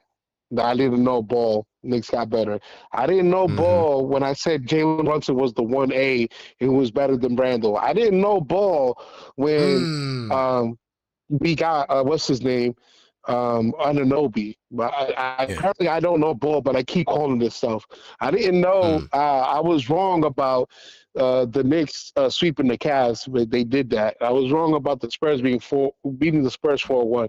I guess I was wrong about all that. I don't know ball, bro. I guess. But thank you, Juan. You know ball, and thank you, my brother. Great call. Yeah, I have a good one. Big time salute. To all the Mitchettes out there, I'm not trying to take a dump on Mitch. All right. I'm just keeping it real, dog. You know, I'm talking about the playoffs. You know, I don't want to hear we can't win the championship without Mitch. I listen, I'm not going for it. Is Mitch valuable? Yes. I think that he's the best center on the free agent market, without a doubt. And we could go down the list if you really want to. He is the best. If you ask me. Yo, hey, hello? Yo. Hey, how's it going, caller? State your name. Where you calling from, family? What's up, man? It's Sean from Brooklyn. How you doing? How you feeling, man? You good? I'm working through it, man. You know what I mean? I'm trying to hold it down. Got some medication. Hopefully tomorrow I feel a lot better, man. But what's going on, Sean? BK in the building. I'm good, man. I know you was getting on my... Let's go! Like my boy Mitch was Chris Dudley or something like that, man. No, not at all. I'm just talking about when people say we can't win without him, I think that they bugging the hell out. But no, he's the best free agent out there, to me. I think, you know, and I know you brought up the minutes he had, and, it's just, like, Cat played a bunch of minutes in game 5, and he scored, 7 points? OG had how many points in game 5? You know, they didn't do anything in game 5. If the Knicks would have lost that game, it would have been hella paid with, you know, how those guys played. But I can even bring up the Boston series last year with the defense that Mitch played against Tatum, and Bridges got he got the accolades on it, but that was on Mitch right there. Mitch can play at least 1 through 5 guys, point guard all the way to the center. You know, so it's going to be the best. But he's the best free agent out there, so that means he's going to get paid. So are you saying now that we lose him, we can't win it without him? Is that what you're saying? It's going to be very tough. And Mitch is not a starting center in the league. He's not a starting center in the league either. He can't make free throws and he can't stay healthy. Whoever gets Mitch, they're going to have to use him like the Knicks used him. If they don't use him like the Knicks use him, he's really no good. If you think you're going to play Mitch 82 games, that's not what he's there for. You got to play him like the Knicks played him. I don't know. Let the brother shine. We seen him play 70 games one time. He played over 60 games multiple years. That was a long time ago. I mean, his ankle's repaired, so I mean, we haven't really seen no issues since then. I mean, I know he broke his hand, but he played, so. Yeah, I think the training staff too has been, we got one of the best training staffs as well. I just think even when Hartenstein left that year, it was a little bit rough for us. Like, you know, it was, so now, but you had Mitch in the fold, but now you got Mitch going, you know Cat gonna be in foul trouble. That is a fact. Cat be in foul trouble before tip-off at times. I can't argue against that. You know, so, and I think probably after game 2, you know, of the finals, Cat was struggling too. Low key. Yeah, but Cat got the best plus minus in NBA history. Mitchell Robinson has the worst plus minus out of anybody in the rotation in the playoffs. Yeah, but that game 5, who grabbed that rebound when it's time to call the dogs? I need Mitch there, man. Just defense, you know. And I mean, Cat getting a little bit better with his defense, but you know, it's a big hole to fill, man. It's a big hole to fill. I completely disagree. I mean, the person who I'm getting probably will never rebound like him, but they can do everything else. I mean, a block. Mitch is not the league leader in block guy. He doesn't have the best block rate per minute or block percentage. He doesn't have that. Only thing he has is the best offensive rebounding percentage. That's a fact. And he does a lot of things that doesn't come on the stat sheet either. A lot of things. I can get that replaced, my brother. That he ain't stopping me from winning the championship, dog. I'm sorry. Who would you replace him with? I mean, I don't know who they're gonna get. I like the caulk burning kid from the Hornets. I like. He's about 6'10". No, Carburn is 7-footer. He a big guy. Not What you mean, Diabate. I Diabate thought is you said- 6'10". Okay. The guy who backs Diabate up, I like him. He's a big guy, got a nice little touch around the basket. He's a little slow, but he's solid, bro. He can protect the paint. I think that's something easy to replace, though. I'm sorry. I mean, I'm good. Who are you giving up to get him? Oh, you could more than likely Pacone Dadier. And who else? That's it. He makes a minimum contract. They're not gonna.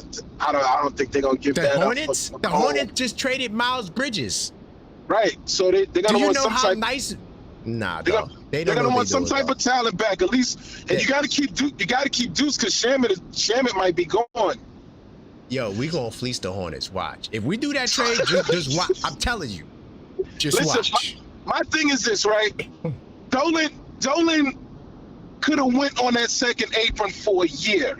No, that's cat. You can't do that. He could have. It don't work that way, dog. You don't just go in for a year and come out. The only way to come out, you got to trade players away. So some of your favorite players will be traded. But you know why? But you know why Dolan don't want to go for that second apron because he don't want to pay that tax bill. No, it has nothing to do with the taxes. So what it has to do with it? It has to do with the limitation in moves, cash consideration, which is a big tool that Leon likes to use. You can no longer do it. You cannot aggregate players in trades. That means 2-for-1s to match salary. Oh, let's put Deuce and Pacome together to go get this center. Can't do it. There's a lot of limitations that come with the second apron. And for the first time since the inception of the second apron this season, there will not be a second apron team. I'm going to tell you this.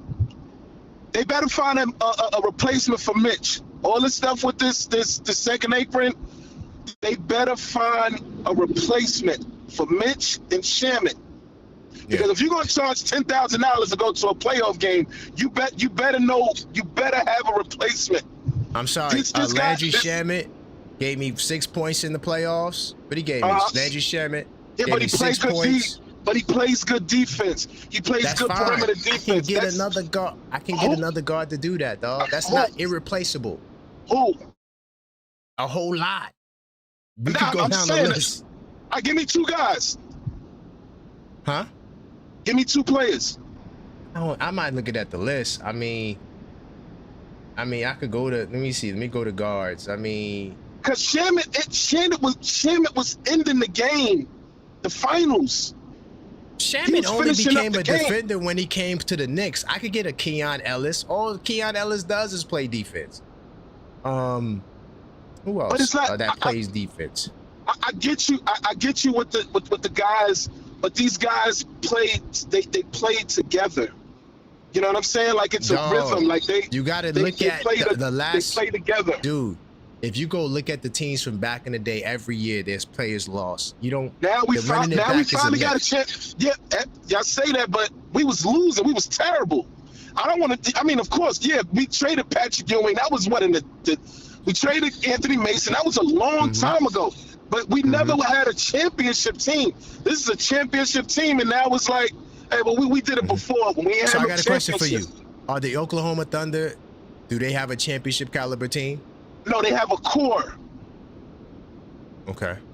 They have a core and they got depth. So give me another example of a championship caliber team in the NBA right now. A core? You want me to say like a core team? You said championship caliber team. I just want to know another team that's championship caliber like the Knicks. You got San Antonio. You got San Boston. Antonio. You still got. So OKC's not better than those teams? OKC's better than San Antonio and Boston. Come on, dog. OKC got a Wemby problem. I don't care who is healthy. That guy's never healthy. They have a Wemby problem. And long as Wemby is healthy, they will continue to lose to them. They have no answer for them. You think Hartenstein guarding on Wemby? Barbecue chicken. Man, listen, I'm gonna tell you right now. Chicken. Let me ask you, Oklahoma is it anybody on the Spurs off this year in the playoff? What happened? Oklahoma City will dust the Spurs off this year in the playoff. Did they dust them in the regular season? I don't give a damn about regular season. The Pistons dust us off in the regular season. No. The Pistons dust us off in the regular season. The Pistons dust us off every year in the regular season. but they had a hard time with San Antonio in the regular season because their second and third best player was hurt. He's been hurt all year. I'm saying, had they had their second and third best player, there's no way the Spurs beat them. I mean, everybody, but listen, long as you got 82 games in the NBA, someone will be hurt. If Next year, it's going to be. And Harper away from the Spurs, do they get to the finals? If you take who? Harper and who? And Castle away from the Spurs. Do they get to the finals? I don't know. No, they probably don't. Exactly. But that's exactly what happened in Oklahoma. Right. But what I'm saying is, long as you got 82 games in the NBA season, it will be someone getting hurt. It's a gauntlet. It's all about who remains healthy. Throughout these years, people been getting hurt every year. Look at Tyrese Halliburton, injury.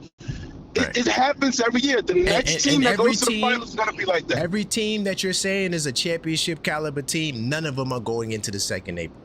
Oklahoma is doing what we're doing. They're making moves to make sure they're not a second April team. They're letting players go. And Lou Dort, I think, will be the next one gone. So they already lost Wiggins, they already lost Joe, and they're about to lose Lou Dort. All key role players. Right, but what I'm saying is, with the Knicks, you better have somebody to replace them. I told you we're gonna get somebody to replace them. We don't know. No, we don't know. We don't know who's gonna replace them. We have no answer now. We need 13 minutes in the playoffs. That's all I need. I can get that from anybody. I need somebody who's gonna grab rebounds and there's plenty of guys that grab rebounds. No, it's not. So you're comfortable. So you're comfortable with Cat out there? Yeah, he's supposed to be one of the best centers in basketball, right? Is he not the best center in the East? I should be comfortable with Cat out there. With 7 points in Game 5 of the finals. Oh, well, Cat gave me 16 in the playoffs, though. No. How many points did he score in Game 5? He didn't play well in Game 5. How many points did Mitch score in Game 5? Right. Yeah, but who started? Or Game 4? Did Cat start? Yes, Cat started. Right. Yeah. And Cat almost. How much Cat is making? A whole lot of money. And he scored 7 points. Yeah, no, Cat was bad, but I'm just saying that I can do. No. He was bad in the finals. He was bad in the finals. I could get somebody to replace what Mitch does defensively. They may not be as good offensive rebounder, but they might more than likely will be a better free throw shooter because Mitch is the worst free throw shooter in NBA playoff history. So I'm pretty sure I could get free throws. He's bad, but we also need Cat to score more than 7 points in the NBA finals. Yeah, that's a fact. No, I'm with you on that. Yeah, Cat got to do better. I mean, he's making $300 million. And he's scoring 7 points. I'm with you, but I appreciate you, my brother, man. We well over time. I got your name and number locked in. But yeah, second April is a bad idea, man. If you get some time, just look into it and see why. I've looked into it. Dolan is paying off a lot of people, on the side. He's paying off a lot of coaches. And the thing with Dolan is Dolan don't want to pay that tax bill. That's all it is. No, that's not true. We pay tax every year, and we're going to be a repeater tax team next year. He's paying that's going to be a way big bag. He's paying Thibodeau a lot of money. No, I know that. What I'm saying is not just about that. It's about the restrictions that come with outside of just the money. 75 to 80% of it is that tax bill, but I got you. All right. Big top salute. All right, man. All right. Sorry about that. Yo, I'm off tonight. But I'm off, but I'm on. Yeah, let's try to keep these 3-minute calls to 3 minutes. I better let y'all slide a little too much. Salute to Sean from Brooklyn, though. I appreciate that call. What's good, Tugboat? KP, what's happening, man? Not much, man. This trying to, get out of this cough I had for so long. I thought that was time, bro. I ain't gonna lie to you. I was put in the chat. I was like, yo, I just hopped back in. I thought it was time, and I was like, oh wait, hold on. No, that's my man Sean from Brooklyn. Sean from Brooklyn. No, I realized that as soon as he started slandering Cat, I said, all right, well, that ain't time. Who's this? Yeah, I mean, Cat didn't play well either. I can't defend that. What happened though? I just got back in the show. I was there at the beginning. Nah, he's Why one they of get the so guys spicy? that thinks that we can't win unless we got Mitch. Oh. Yeah, he's one of those guys. Okay. All right. Well, fair. Yeah. Well, more power to him. Mitch is gone, right? More than likely, yes. Like we're getting up in the percentage. It went from like 75 to 80. We're at what, like 90, 93 right now? Yeah, he's the best 93% center on the chance. market, yo. The best. Okay. The best. And then, the Mitchell Robinson supporters kill me is because you guys like limit his value while trying to build him up. Oh, he's not a starting center. He has to come off the bench. Why? So he can stay with the Knicks? Think about that. I mean, it's we won a championship, so everybody's gonna be like, keep everybody. You know what I'm saying? We let's keep everybody. If it ain't broke, don't fix it. But we know that's not how the league works right now. It ain't. I think a lot of people just looking at it as what the league used to be, where you could just run the team like that. But unfortunately, you can't anymore. You got to make these strategic moves. The Warriors are the last of the Mohicans. The Warriors, they luxury tax their way to death. They played the most luxury tax in NBA history. Is the Golden State Warriors. Yeah, I would love to keep Mitch, but I mean, like I said, the way the apron's set up, it ain't looking likely. It ain't worth it for one player though, Tugboat. One player is not worth it. And I forgot who said. I think it was Coach M. He was like, "Yo, are we going to go in the second apron for a backup center that only plays 13 minutes?" I think it don't make no sense. What more do you need to say after that? I said, I would love to run the team back, but it is what it is. Hey, why you put my? I went back and listened to the show. Why you put my boy and a girl like that? I was outside smoking a cigarette when y'all were talking. Nah, because he was all over the place, and then first off, I'm very defensive over the Knicks, especially the 2026 Knicks. Nobody beats the 2026 Knicks. Put my dog on the grill. I said, sheesh. Yeah, I had to cook them up, and because you see, here's where I always get them, Tugboat. I know about their teams, probably more than they know about their teams, especially the history of their teams. Right. Because now you got to invalidate your run. Yeah. Because who was the Heat playing? Right. That's I know. Right. I love the conversation. I love the conversation because that's what Ty came in with a call afterwards. Yeah, I had to throw him to the wolves real quick. It's all good. I mean, he got a good indoctrination. You know what I mean? But yeah, what's the topics of the night? What's going on? Well, we talking about Landry, Shamet. A new update from Michael Scotto. He says that he thinks the market is going to be robust for Shamet, and he's as good as gone because somebody gonna give him the bag. That's fair. Then we also talk about Jordan Clarkson, why it's a possibility that he could return. And why is that? I don't know. Do you think right now, with all these young boys, and you see the youth movement, second round picks and things of that nature, do you think teams are willing to pay a 34-year-old Jordan Clarkson right now 10 figures per year? Oh, that's a great point. That's a great point. Yeah. No, they're not. Okay. Yeah, so they're not. Now that's a great point. I never thought about it like that. You see what I'm saying? So now what we're talking about now what, 6, 7, 8, it gets a lot closer to what the Knicks could actually give him if the Knicks really want him back. And he enjoys playing. And he enjoys playing in the city. Didn't he voluntarily take a pay cut to play with us? No, he was bought out of his contract. Oh, he's bought out. Okay, I didn't know if he had signed up on some Jeremy Sohan type. No, same thing though. Sohan was bought out. And then but then he didn't have a choice to come to the Knicks or go somewhere else, and he chose us because he knew we were gonna get that chip.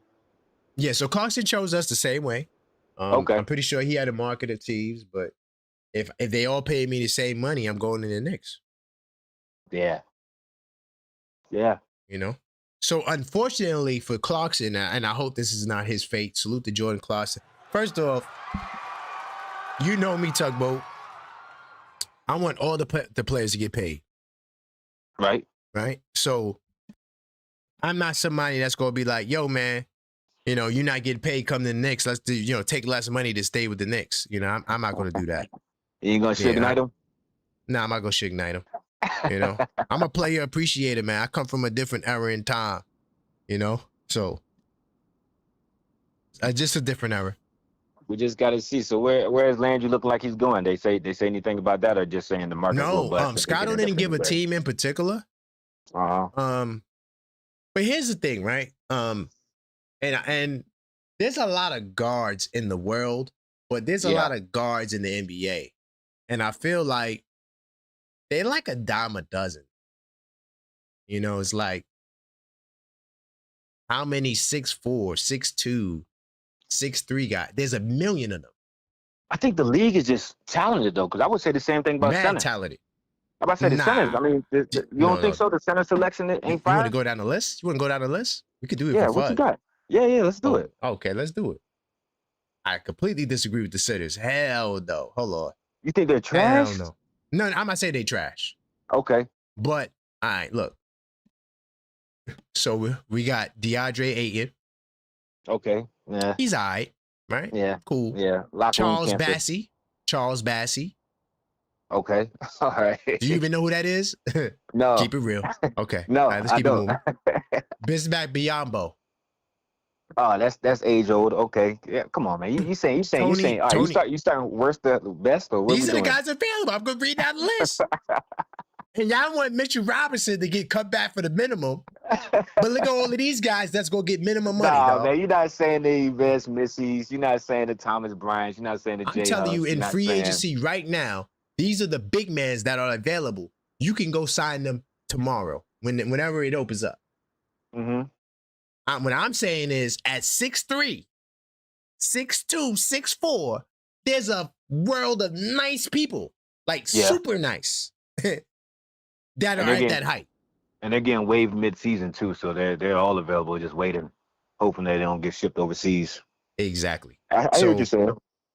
You know, I mean, what's the real market for that? How valuable are these second-round picks? Will they get ops? Because if the second-round picks are getting roster spots, that takes away opportunities for guys like Clarkson and Shamet. You know? So I don't know. And then the undrafted market, which is another market. Miles Bridges, was he traded for second-round picks? Dude, he was traded to the goddamn Suns. Yo, two teams. Man, yo, these teams are. Yo, Tugboat, they don't know what the hell they doing, dog. I'm keeping it real, dog. For real. I swear to God. Real. These teams, bro, trash. What are they doing? I'm going to give you the exact package. They're looking at 2030 is my assumption. They're like, yo, all right, we got to chalk it up for these next couple of years. Let's look at 2030. The Hornets just gave away Miles Bridges for Grayson Allen, who's not a bad player. Right. Grayson Allen and Royce O'Neal. Ugh. Okay. That's a nasty-ass package, dog. Nasty. And you ain't even talk about the Julius Randle package. They gave him away for nothing. We could have did. But you know that's money related because you see what they were trying to do. They were trying to get ball. They was just freed up. They was just freed up bread. That's all that was. Yeah. But you see these other moves is just.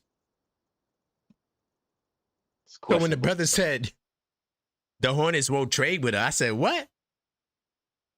Did you see who they just traded for? Crazy. I know Doc put it in there. He was like, yo, now we can definitely probably get Diabate, or I don't really like the other guy. What's the other guy named? Kalkbrenner? Kalkbrenner is solid, though. You can sleep on Kalkbrenner if you want to. Got a whole pillowcase, man. I ain't thinking about Kalkbrenner. I'll be honest with you. You got 13 minutes. You could give half to Ariel, half to Kalkbrenner. Pray one of them do good. Yeah. Mid-season, doing one of those Leon trades. Yeah, that's what I'm looking forward to. Yeah, that's what I'm looking forward to. The mid-season trades. What's Leon going to do then? Mm-hmm. So there's always an option. I'm not concerned. Sound like you're feeling better.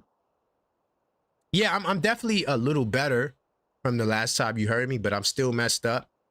And the coughing got to the point where I couldn't sleep at night, dog. Oh, damn. So I took my punk self. I said I'm going to I should have went yesterday, to be honest, but you know, yeah, it was crazy. Give you some Tylenol, give you a prescription for some Tylenol to get over it. No, I don't got a headache. This cough is just killing me. It's just to the point where I couldn't sleep. So they gave me some cough medication and some Flonase. Okay. Hold it down, and I'll be good. I'm telling you, don't sleep in that Manuka honey, man. Manuka honey is the truth. It is the absolute truth. I'm willing to try anything, but am I going to go to the store and get it? Probably not. I feel it. Yeah, but well, if worst comes to worst, just watch some Knicks highlights from the playoffs. That always, get your spirits right. Oh, and speaking of, they just tried to charge me League Pass. They just tried to charge me again. I'm like, wait a minute, ain't no games. The hell? Ain't no games. They did the same thing to me. I canceled my shit. They tried to. I'm like, yo, dude, like, I should be able to watch it for the summer. We paid all this bread all year. The hell? That's what they do. That is what they do. Man. See, I shut that down. I'm good. I don't need to watch no games that bad. I did the same thing. I said, yo, I ain't doing that, bro. Y'all got it. I ain't doing none of that. Yeah, I got the game night and the 82 nights. I'm good. Yeah. Yeah. That's all I need. YouTube and some NBA advanced stats. It'll be just fine. But yeah, man. But and also I got on KD as well. Oh, who? But your KD for him, KD. slighting the Knicks. Yeah. Yeah, him and Tyrese doing their little. I ain't get the Tyrese. Okay, I was about to say they both shrugging at us. I mean, KD mad about it. He ain't come here. KD, I don't know what's up with that guy, bro. Yeah, we told him no. Yeah, I don't know what's up with that guy. I really don't. He is a great basketball player, but emotionally, mentally, it don't add up. They don't add up at all. I just don't respect player hating. You feel me? So like, I don't like that you brought up the 53 years. You know what I'm saying? Yeah, like that was weird. Yeah, when you add that to it, and they're gonna try to add another 53-year sentence on us. Yeah, that's like hate. That's what it becomes hate. But it's I one love thing that. to have an opinion, but damn. I love that because he literally said Brunson's name, and that's just more fuel. I love when people speak down on Brunson because it's like, oh well, now you know. We're getting. Yeah, they're gonna learn Brunson today. They're gonna learn him. They're gonna learn him. I love the Becky Hammonds, the Stephen A's, whoever. When you slight Brunson, it never works out except for Knicks. It always works out for Knicks every time. He come from the school I come from. Like, anything's motivation for me. You breathe wrong, that's motivation. So when you actually make commentary, I'm the wrong person to talk to because I'm not like Mr. Miyagi Brunson. He gonna kill you on the court. Me, I'm gonna talk to you while I kill you. Yeah. The mouthpiece is dangerous, dog. Yeah, it is very. I'm the same way. I'm the same way. It's just like, yo, yeah, all right, you want to do that? You want to say that? All right, bet. I played in too many hostile environments in my life. Yeah, I blame my dad. He took me to some crazy areas to play basketball.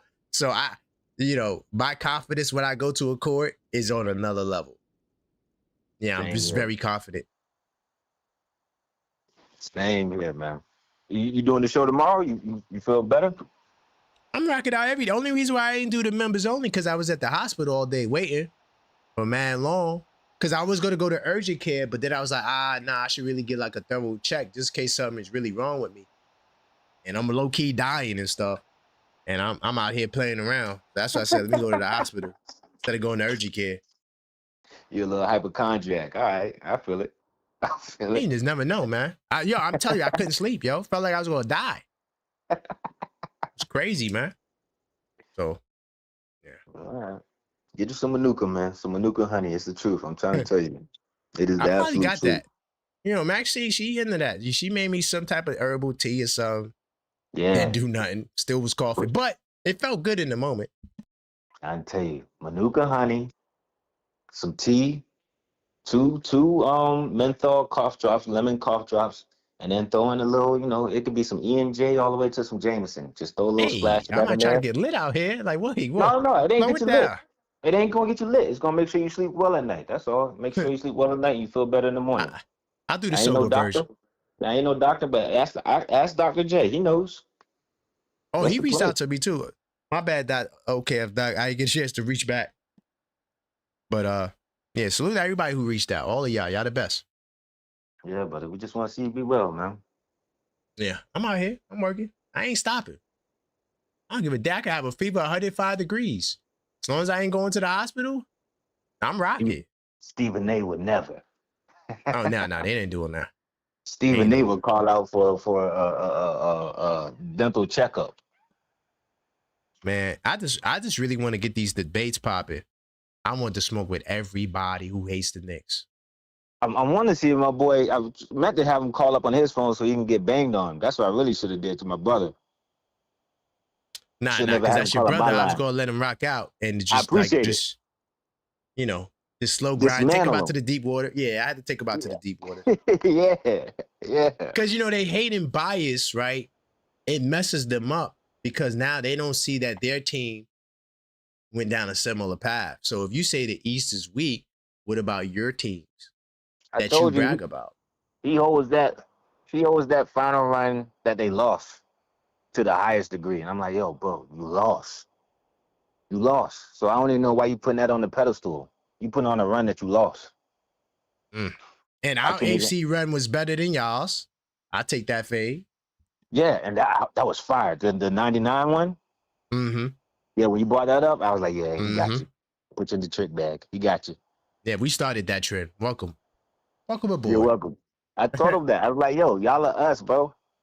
Y'all want to be us so bad. Then I got on his fake ass heat culture. It's no heat culture. It's LeBron, Shaq, Bosh, Ray Allen culture. That's it.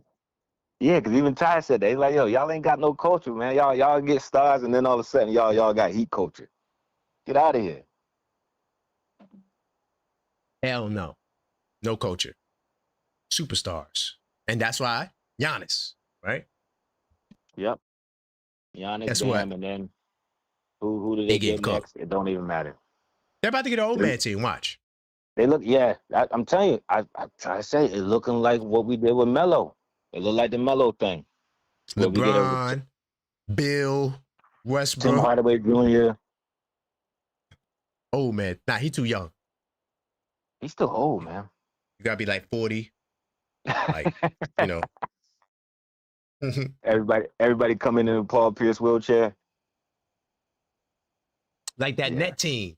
That New Jersey net team they had in the Barclays Center. Remember that team they had? I think that team could have worked. It's just COVID got them.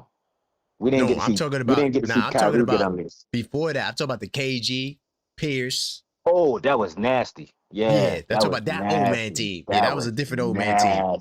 Yeah, that was nasty. People don't even talk, but they treat that like Michael Jordan on the Wizards. You don't even talk about that. Right. So yeah, that's why I try to tell people, look, let's just keep it 2026. When you want to start making these comments about our team, but not looking at your team in the greater context, that's when I'm gonna cook you. Looking at the way that our team was assembled, it's two different contract eras.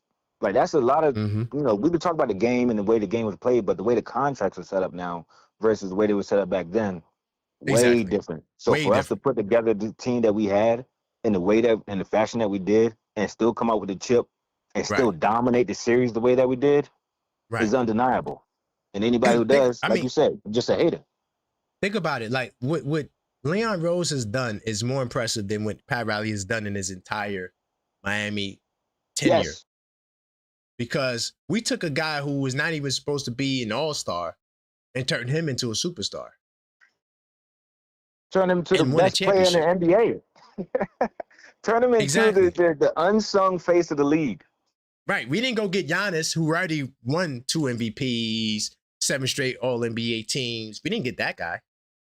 And even when we got our highest paid player, Cat, everybody was like, "Oh, y'all got Cat? Y'all got Zesty Cat? Yeah, that ain't gonna do nothing for y'all." Where was Cat? I want to know, was Cat top 10 this year? Was Cat top 10 ever since we got him? Oh, since we got him. Ugh.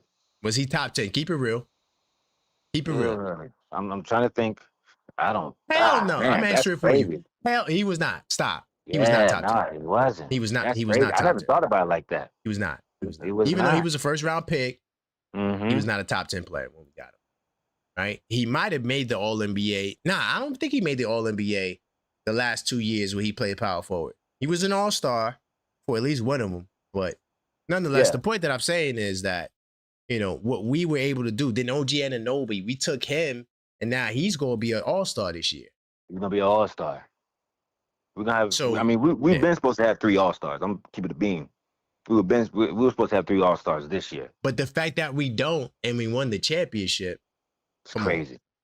No MVP. The Miami Heat right now, depending on who they bring back, they could have 4 All-Stars, but Powell's gone. So now they got 3 All-Stars. Who's the 3? Oh, Wiggins. Wait, who's the 3? Oh, Wiggins. Wiggins was never an All-Star? I could have sworn he was an All-Star. Wiggins was an All-Star. He wasn't an All-Star with the Heat, though. But I'm saying, but he's an All-Star in his career. That man, you think Mikal's a disappearing act? Wiggins is a disappearing act. A disappearing. Yeah, he's a one-time All-Star, one-time NBA champ. Yeah. I'm just saying. Garbage. You're going to claim that, just like we would claim Mikal's defensive team from like 6 years ago. We going to claim that, right? Yeah. So y'all got 3 All-Stars, and we still better than y'all right now. By a landslide. And I want them to get the old man team, please. Oh, by the way, Kawhi going back to Toronto. I told y'all Toronto about to be at work this year. That happened?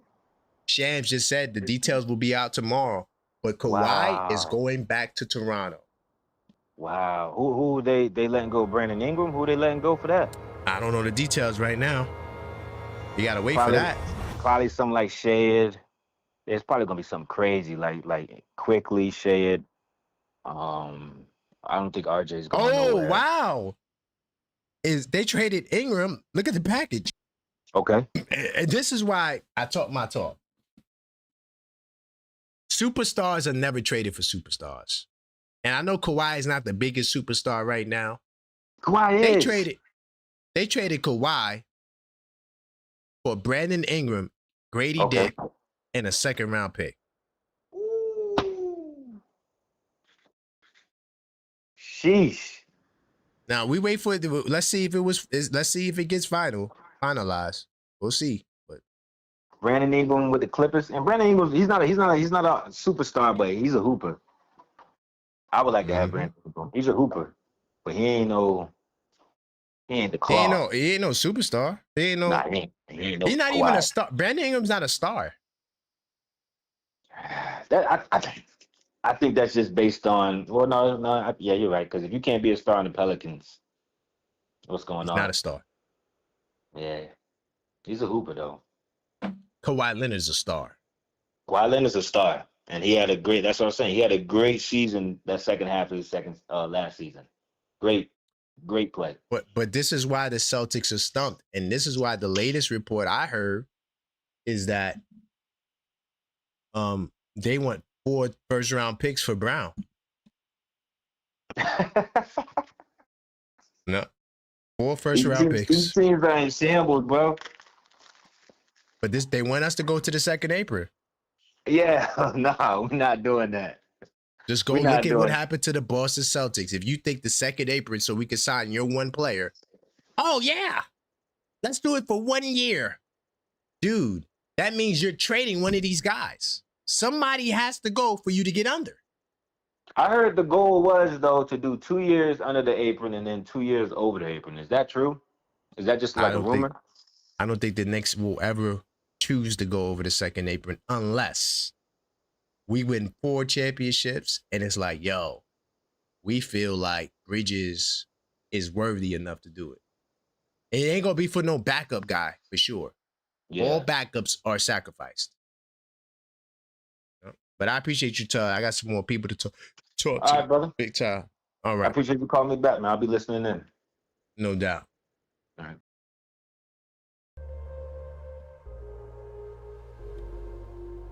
My man, he said he was triggered. Hold up.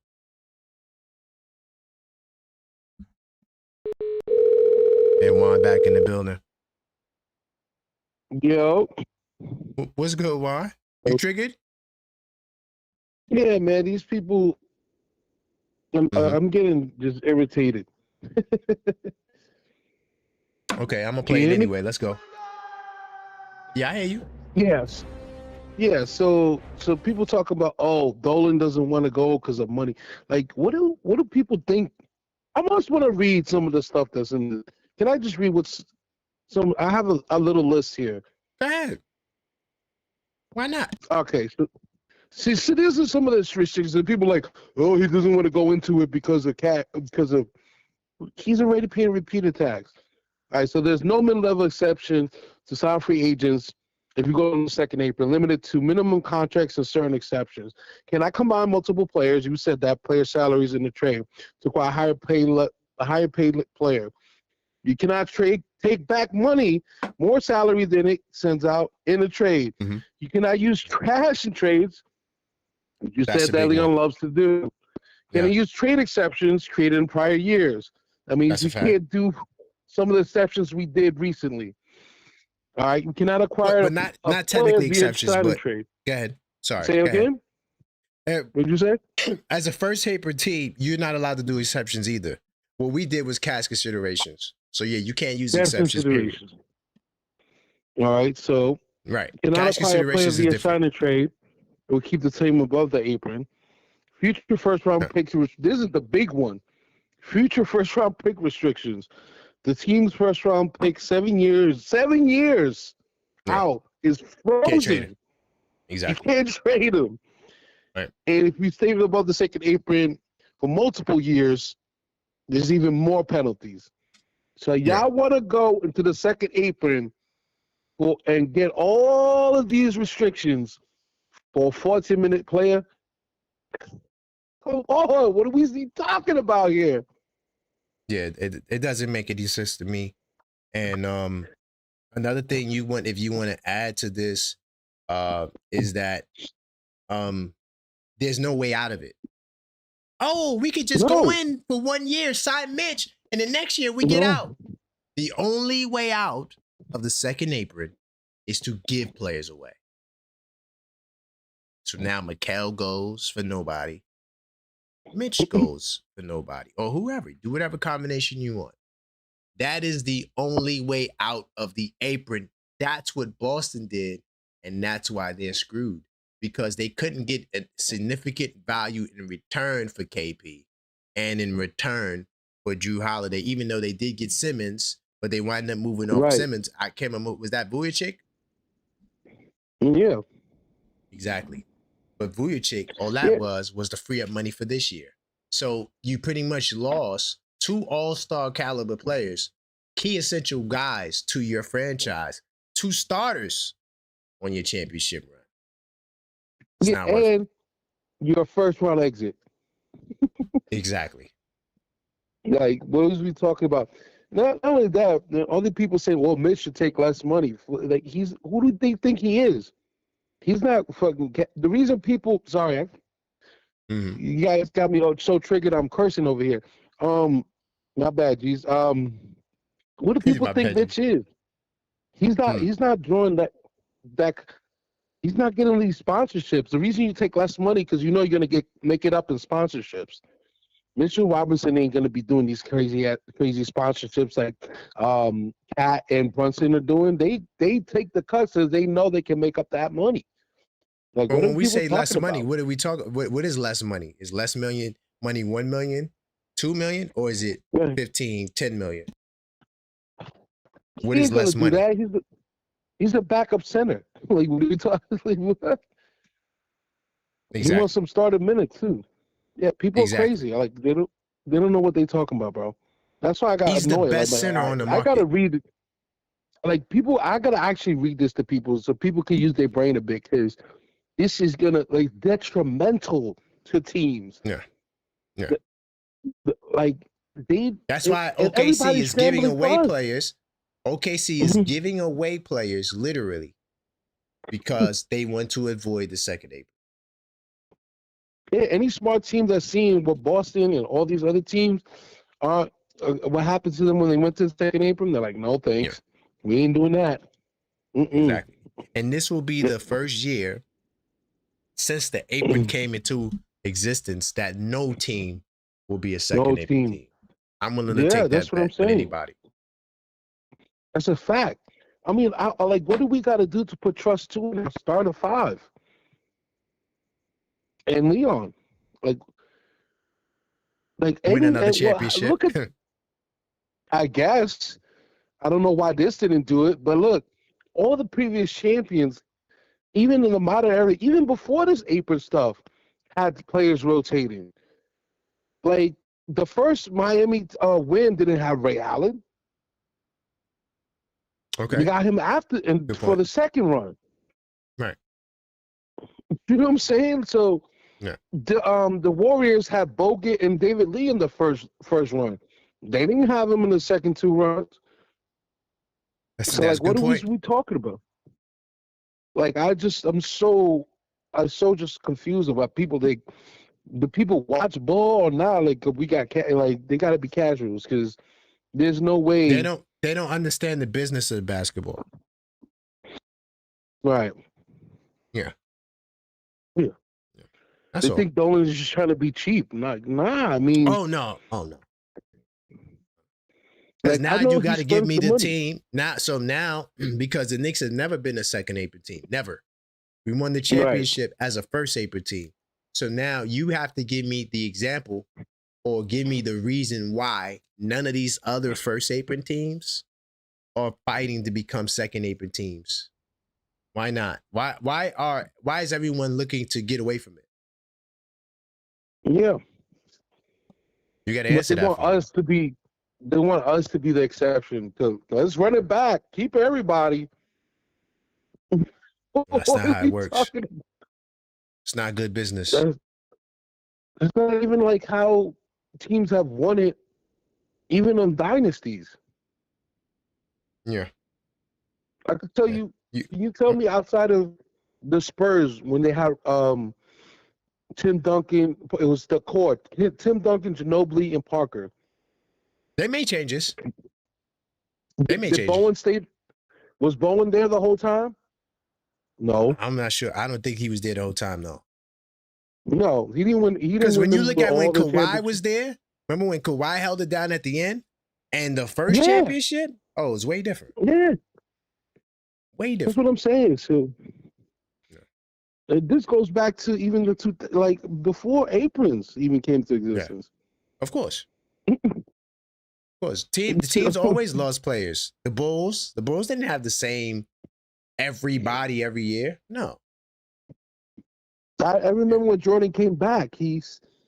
When he first came back, he realized his team wasn't complete. He was like, we need a Horace Grant type player. He didn't say, we got to get Horace Grant back. I need the same exact team. I need John Paxson and Horace Grant.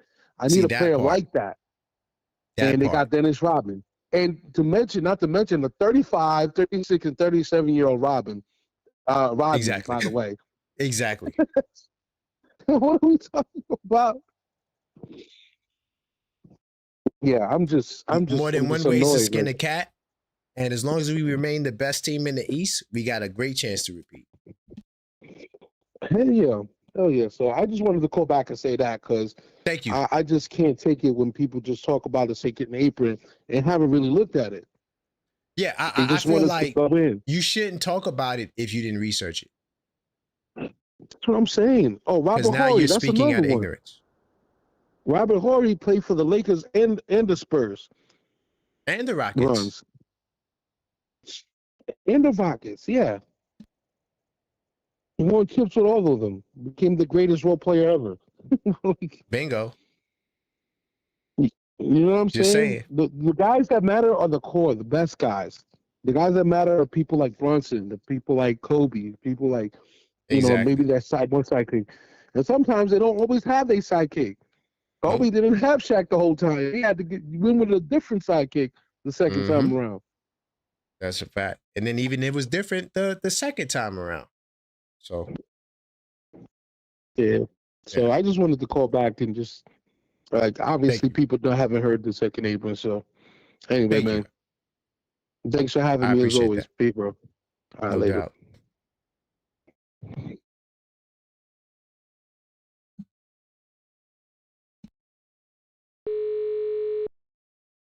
Get the coach in the building. See a first-time caller as well. What's good, Yo. Coach? We in the building, Coach. Talk to me, family. Good. Man, them woods are getting spooky out there, bro. Oh man, we can't win it without Mitch, Coach. I'm glad you mentioned that stuff about the apron, and I've said it before. I say it in chat all the time that the superpowers of our front office, Leon Rose, Brock Aller, Worldwide West, is manipulating the salary cap, making these under the radar moves and moving money around and of course doing all these things. That's what we do best. That's how we built this team. And if you take that power away from them, it handcuffs them. Makes no sense. Makes no sense. So, and the thing is, since you talked about Shamet, that was like the subject tonight. I'll make a little aside about him. Shamet was amazing because he was on a vet minimum contract. Let's be real. If Shamet made $5 to $8 million for us a year, we'd be like, okay, he did what he was supposed to do. Right. But because he was only a vet minimum, he was like the best thing since sliced bread. You know what I'm saying? A fact. It was, he outplayed his contract, And you got to look at the two guys, this is like Deuce included. We were a bench by committee. And that's what was great about having a pool of bench players. Like one night it was Shamet. And then when Shamet didn't have it going, we went down to JC. Sometimes JC had it going. And when JC didn't have it going, sometimes it was Deuce. So you got to just have a pool of guys and these options. Can we replace Mitch with one person? No, there's no one person like him out there. Of course. However, it's about replacing the rebounds and the defensive presence off the bench. That's it. It doesn't have to be with one person. It could be with multiple people. It could be with insert big man here. Like Diabate, I know people say he's not big enough, but he was like 5th or 6th in the league in offensive rebounds per 100 possessions. Well, that's fine. He can actually hit an occasional three. He can run the floor. Even if it's not him, like any big man plus another guy, like maybe even a Precious or some other second jumbo wing or bigger player with that journeyman big or another big can make up 2 or 3 of the things that Mitch does. So for the most part, and just one last point I'll leave out there before I leave, I know the timer's up, is you guys have been talking about this too. In the modern era, the Warriors, the Heat, the Lakers, the last 3 teams that repeated, if you look at their roster the second year, there are major pieces and rotation guys that either weren't a part of the rotation anymore or they added someone new every time. Right. So that's how it works. We've been changing history a lot, but it's not a guarantee, and it's not something we have to do is just run them all back, because no team's ever ran it all back ever. It's impossible to do. And great point. If you talk about, everyone praises the OKC Thunder with the way they build their team, because our Knicks fans that are really obsessed with building through the draft, like they all get pissed that we're not using the draft. Even the amazing drafting OKC Thunder couldn't do it with their draft.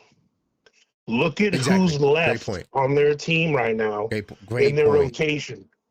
They haven't signed Lou Dort back yet. He's gone. They haven't signed Heinrich Williams or the other Jay Williams guy. So, and they drafted them. They still haven't re-signed them yet. They let Wiggins go for hardly anything.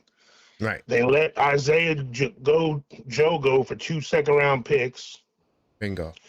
The only 2 main rotation guys they have right now, guaranteed, that they drafted were Chet and Jalen Williams. SGA, their best player, a trade. Isaiah Hartenstein, they signed. Trade. Oh, sorry. Caruso, they signed. They signed. They traded. They traded him for Jared McCain, they picked him up. Yep, trade. AJ Mitchell, they picked him up. I mean, look at that roster. That is the epitome of, and they're scrambling to get out of that apron. Oh, are they? Be out of it. So, I just want to leave it out there like that. Like, look. Great call. We got to trust in Leon, man. He's been making the right moves up until now. And the other main thing is everyone's blaming Dolan and the Knicks for not re-signing Mitch. Mitch is testing the free agent market on his own. We didn't force him to check it. He could have just said, nah, I just want to re-sign with the Knicks. How come you only call Mitch out for that? I'm just saying. Something to think about. Coach. Thank you, Coach. Great call. Much love, everybody. I'll be in chat tearing it up. I appreciate you, my brother. Big time. I appreciate what you do. All right. I love to hear informed Knicks fans or informed basketball fans talk because, y'all give us a different direction. Not a different direction. Y'all give us an informed, that's what I want to say, not different. An informed call when y'all call up, to the people who never read about what a second apron is. And, those calls are the most difficult because I find myself in real time having to correct the misinformation. And, it's not just money. Yeah, hello? Hey, hello, caller. State your name. Where you calling from? Oh, what's up? Oh, you're very low. You're very low. You gotta take me on speaker. My bad. I'm sorry, bro. Yeah, I'm a first What's time going caller. on? My name's Angel. Okay, salute, Angel. Hey, what's up? One of the callers that called the show earlier, he's one of my friends or whatever. But I want to piggyback what he said or whatever. I feel like he's right. We gotta stay under the second apron. Like, I feel like Mitchell Robinson, like he our player. Like I like him. Like he our dude. He been there for a long time. Like I've been watching the Knicks for a minute. You feel what I'm saying? But it's time to let him go, man. And he need to get paid. And I know, like, that's it. It's been like my fault, my bad, bro. No, go ahead. No, I'm agreeing. I just co-sided you. That's it. Let the brother make some money. Yeah, he gotta make his money. And like, when I look at his track record, like back at his seasons, he's been hurt a lot.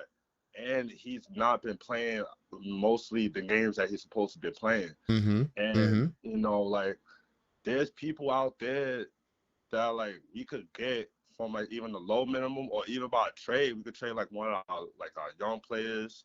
Not the good ones, good ones, but probably, like, Tyler Kolak or maybe Pacome Dadier. Probably flip one of them and get, like, a Yeez Missy or somebody like that. And probably, like, fix some of the areas we could fix, But it's not necessarily about fixing. We still gonna win a championship regardless. We still championship contending. Like a lot of teams, they doing some brainless trades, like the Miami Heat trade, the Timberwolves trade. Like it's all crazy. So, crazy like, right now, scrambling. Yeah, everybody's scrambling just to beat us. So like I feel like exactly what we need to do, like we need to like reinforce our team to make sure we are right for the next season. And stay on the second apron. Great point, man. I appreciate that. You sound like an informed Knicks fan. Yeah, thank you, bro. Thank you so much. I watch the show, so you're not cool, man. So I'm from Brooklyn too.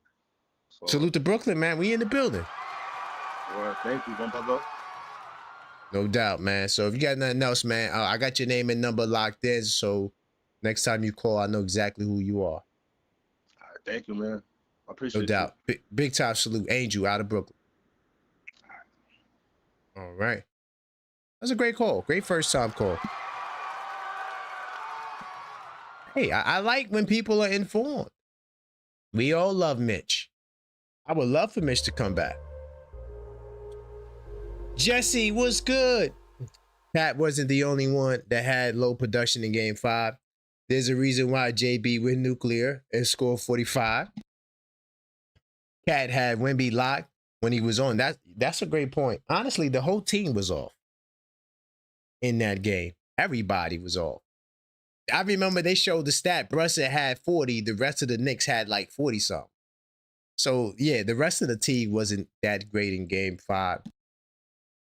The bottom line and what I'm saying is that, like Coach, Coach always has a great perspective.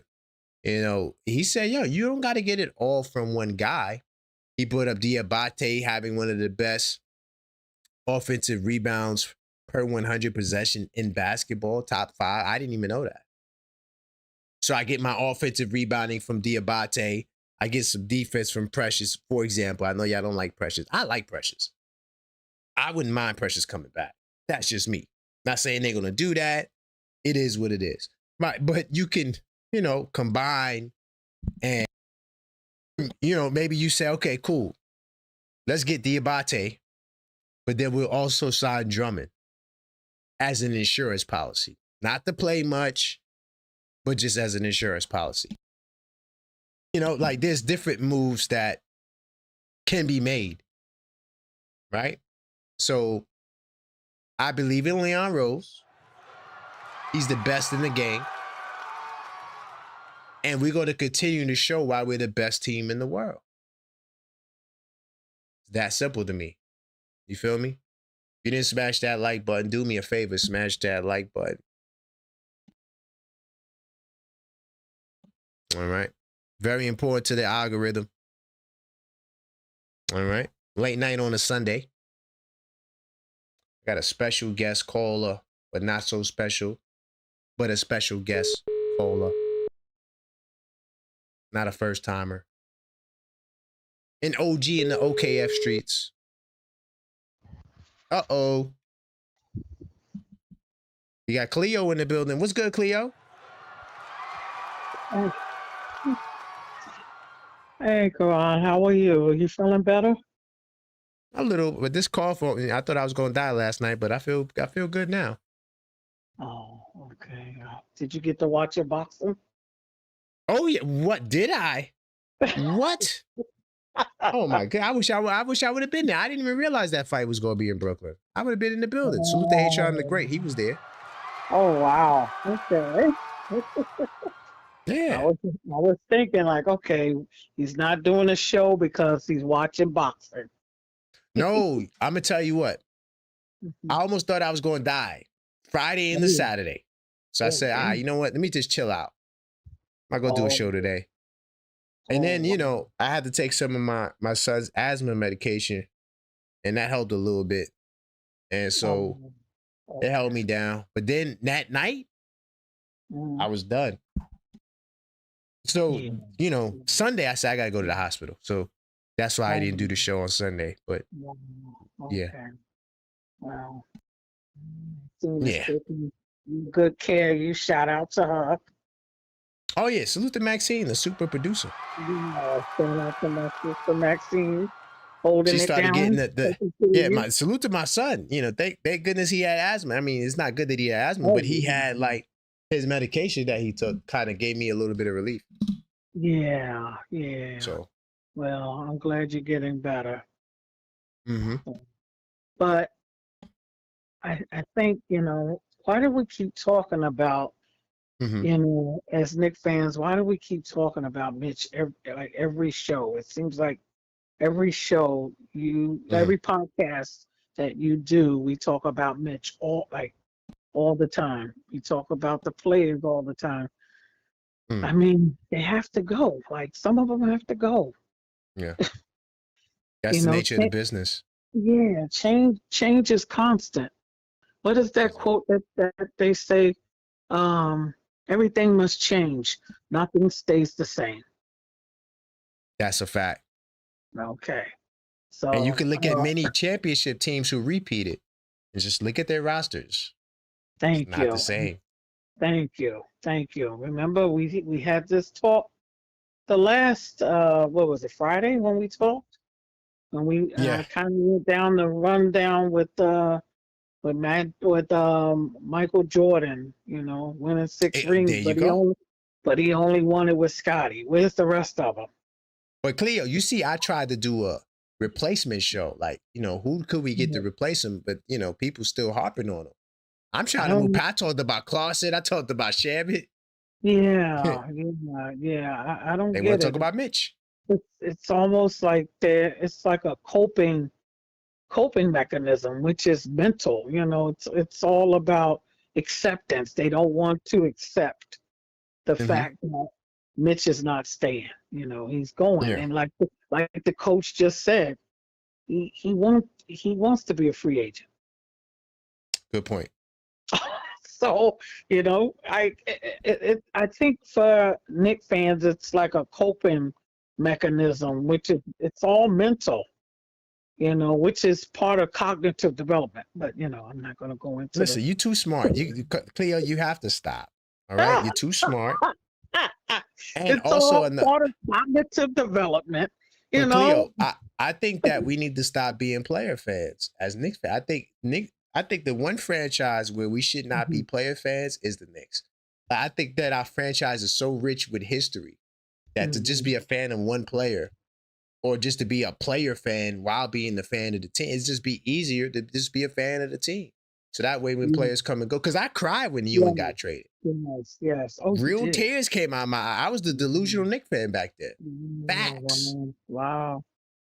Yeah. I didn't want him to get traded either. I ain't gonna lie to you, but I mean, he wanted to go. Yeah, thank you. And change is constant. Like exactly. No team in history keeps the same roster. None of them. None of them. I even tried to do some research on that. Yeah. To see if anybody kept the same team. And I haven't found, like, if anybody can tell me, I would like to know, because I didn't see it's it. the Easter Bunny. Let me tell you something, right? Look at the Laker team, right? Mm-hmm. Look at how different it was the second time with Kobe without Shaq. And Kobe won the 2. Yeah. 2 different teams. Thank Ron you. Artest. Thank you. Different. That's true. And then speaking of the Lakers, the only one that won 5 rings with Kobe was Derek Fisher. Yeah. Thank you. The only one.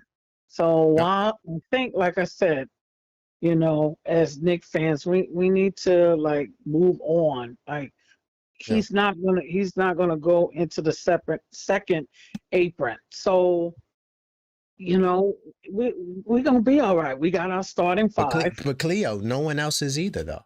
No other team from the first apron is looking to go to the second apron. No. Thank you. We got our starting 5. Like, as long as we have our starting 5, and we got Jose back. Okay, so Jose is on the team. We got Kumo D, right. and 2 big players to resign. 2 big players to resign. Thank you.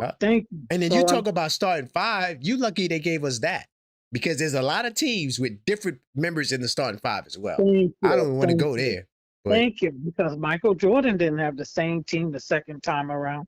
So, the third time, So I agree with you. So it's like, people need to know their basketball history again. Exactly. Because I'm being repetitive, but people need to do their research and do, because even me, I go back and I research things. If I don't know, I don't ask. But you see, but your level of research is different from anybody else's because you have a master's degree. Salute to that. Salute to you. Well, I don't have the master's degree yet. I'm like 1 or 2 classes. Yeah, that's coming. That's true. That's true. I'm only like 1 or 2 classes away. Like in real time, not back in 2000. You got yours. You're getting it now. Yeah. Well, the fire, kind of set me back a little bit. But your level of research is different. That's all I'm saying. It's different. Yes, it is. It is. Yeah. You talked about Kevin Durant. Yeah. No, I hate that guy. Can I say that? He's a hater. Yeah, say what you want. Yeah, he's a hater. Like I don't like you going after the Knicks for what?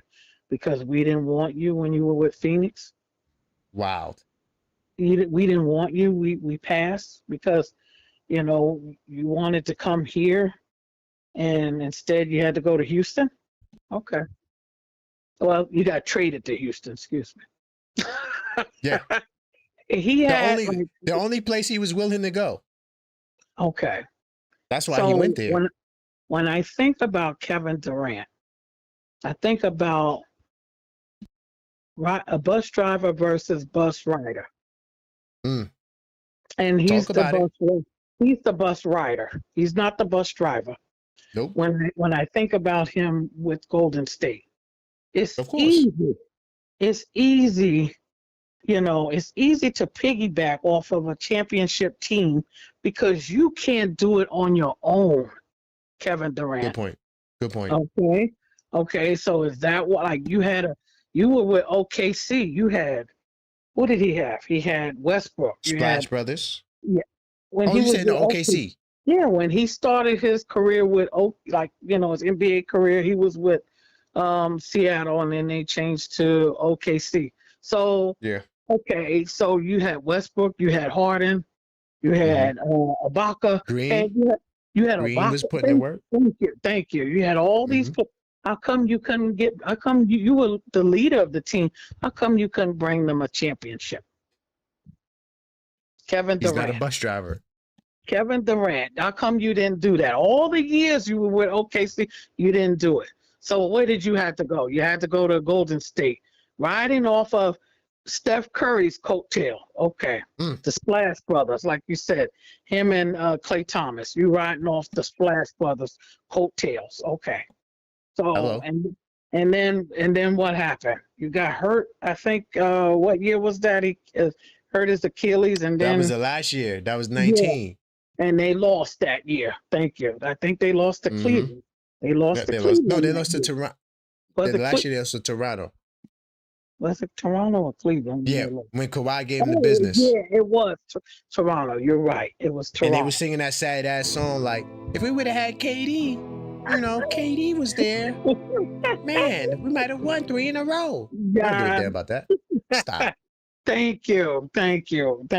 Like, they won 4 rings, so he only got 2 out of them. And then exactly. And then he went to Brooklyn after that, thinking that, okay, I got Kyrie Irving and James Harden.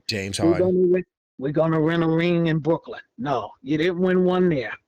So I don't like, you have a history of not winning anything. You had teams, you had time to win a championship, KD, and you didn't get any. Then you went to Phoenix, you didn't win any. You didn't win anything with Phoenix.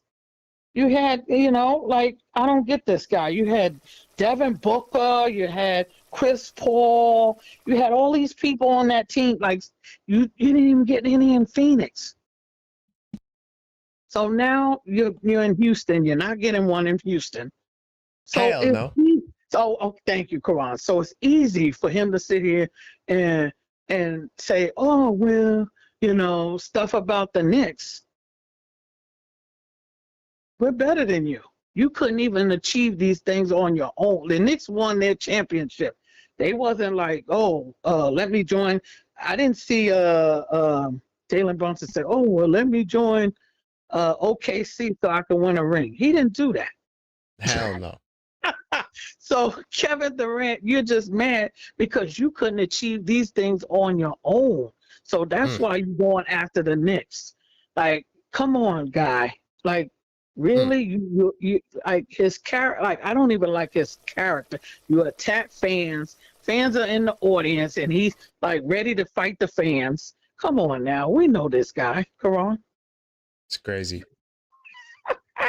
Like, I'm not surprised that he said that. He's just a hater. He's really a hater. He's salty. You can't talk about Jalen Brunson or anybody else when you haven't earned a ring on your own. You know, you only got that ring because of Steph Curry and 100%. Thank you, Steph Curry, and you're not better than Steph because he got one before you and after you. Thank you. That's legendary stuff right there. Thank you. So all of these facts that I'm bringing up, he had a chance to get one with OKC. You had James Harden and Westbrook. You didn't do it. So I don't, like, he's on his way out of the league anyway. He's only got maybe a good 1 or 2 years left, maybe 2. I don't see him going past maybe 3. I don't know, but I just feel like, him. I don't like his attitude. He got a messed up hair. His hair's all like he's got a receding hairline. Like, really, Kevin Durant, you're just a hater. I have no words for him. Like, get out of here with that. We don't want you. We don't even need. Matter of fact, we don't need you. It's not the fact that we don't want you. We don't need you. We won one without you. You couldn't even bring one to Brooklyn. I would love for, like, if his burner account is listening to this and KD would actually call up, I'd fry him like an egg. Fry him like his hair. His hair is fried. Anyway, I just don't like this. I just don't like this guy, and I don't like it. I wouldn't even buy a pair of his shoes, please. The KD's. I would never buy any of his shoes. I don't even know how it looks. They don't look good. They don't look good. I would rather buy the Kobe's before I buy the Kevin Durant shoes. Like, my son wears all the shoes, so I know about all the shoes. But I would never buy a pair of his shoes. He's just a hater. Him and Tyrese Halliburton, I heard about him too. He's salty. He don't have a ring. So he's just a hater. Like I said, bring all the haters, bring them all out. We're the champs. So no matter what you say, you can't take that from the Knicks. We are the NBA champs this year. Salute to them. Salute to them, Karan, and salute to you. Salute to OKF Nation. Salute to the OKF ladies, because when we come on here, fire. We shut it down. Okay. That's a fact. I'm out. Big time salute, Cleo. Thank you. Have a good one. Thank you. All right. I'm just letting you know right now, when she says she do her research, it's different from 90% of the rest of y'all. You ain't got no master's degree. You ain't doing no research like how she do research. Another thing I want to say too, Tyrese Halliburton. Oh my goodness, bro. I pray for Knicks Pacers matchup in the playoffs. I just want to smoke. I need that Pacers fade this season. I need it badly. Let me see what this is. Hello? Hello? Hello? Is this KD? Is this KD's burner? No, that's not KD's burner. I was hoping. I want to fry him like an egg. What's going on, man? What's your name? Where you calling from? My name is Jet Life, man. I'm calling from South Carolina, man. Salute. Salute, man. I just had a question, man. What we talking about, man? Like, losing Mitch. Like, what are we talking about losing him, and he the best offensive rebounder on the team? So, I don't get it. Well, I mean, there's a thing called the second apron. Are you familiar with the second apron? Yeah, I know that much. I'm just saying, like, why would we want to lose him? Why would the owner want to lose him? Because he doesn't want to go into the second apron. I get it, but he's a billionaire. It's not about the money. It's about the restrictions that come with the second apron. Yeah, I get it. But this year will be probably the first year that no team will be a second apron team, since the second apron has been in its exception. If the second apron is a great answer for team building, then why do we see less teams choosing it as a viable option? I'm not quite sure, but I know it's not a viable option. It's not a viable option. No. Okay. And the greatest So what example of about what your doing it? franchise will look like is the Boston Celtics. This is exactly why they look the way they look. It's because they played around in the second apron. Yeah, but they only did it for like 2 years, didn't they? We would only do it for like one, right? No, that's not how it works. No. The only way you get out of the second apron, you got to give up your players. So do you, when it doesn't work, you want to give up Mikal Bridges? Or do you want to give up Cat? Who you want to give up for nothing? I don't want to give up Mitch for nothing, though. I'm not saying giving up anybody for nothing. I'm just saying I don't want to give up Mitch for nothing. It is what it is, man. People yeah, come and go, I feel especially you. bench players. Yeah, I feel you, dog. I feel you, dog. We'll be all right. You know, we got Diabate. There's a lot of names out there. You know, we throwing around. So we going to get somebody. I'm So not what concerned. about Diabate? Like, is he? What is like? He's. I know he's a center, but like, is he any on Mitch's level? To me, Mitch is the best offensive rebounder. That's it. He's not the best at anything else. He's not the best defensive big. He's not the best rebounding big. He's not the best shot blocker in basketball. So those things you can get from other players. Yeah, but if the center position is like real thin, ain't it, this year? Besides No. Mitch and Ayton, and nobody No. wants Ayton. I mean, if you mean thin, I mean, you could always trade for a center. We in the trade market. Seconds. Oh, I get you. Yeah, we in that trade market for sure. We So getting who something. we giving up to get a center though? Like who we giving up to get a center? Lacombe, Dadier. Yeah, I can see getting rid of him. Simple. Yeah, I can Light see works. getting rid of him. Light work. By the way, Diabate is 5th in offensive rebounds per 100 possessions. Oh, I didn't know that. See, That makes you feel got better. the information. Yeah, that makes I me do feel this a for whole real. lot better. I'm here every day. Every day. Okay, man. I appreciate you, dog. I appreciate you, man. I just wanted to make sure, you know, this wasn't KD's burner account because I'm here for the smoke. You feel me? But I got your name, though. I got your name. I'm going to lock it in right now. Jet Life, South Carolina. Yeah. Knicks fan. Got you. Yeah, for real. Big time salute, Gotcha. my brother. Have a great night. Salute, man. You too, man. Appreciate it. All right. Hey, I don't duck the work. If that was KD calling in, I love giving NBA players that work, dog. I love it. It's the thing that I enjoy the most on this social media. Because when you doubt the Knicks, man, I'm here to show you the contrary. And when I get on the mic, dog, it's explosive. I'm coming for their heads. Trust me.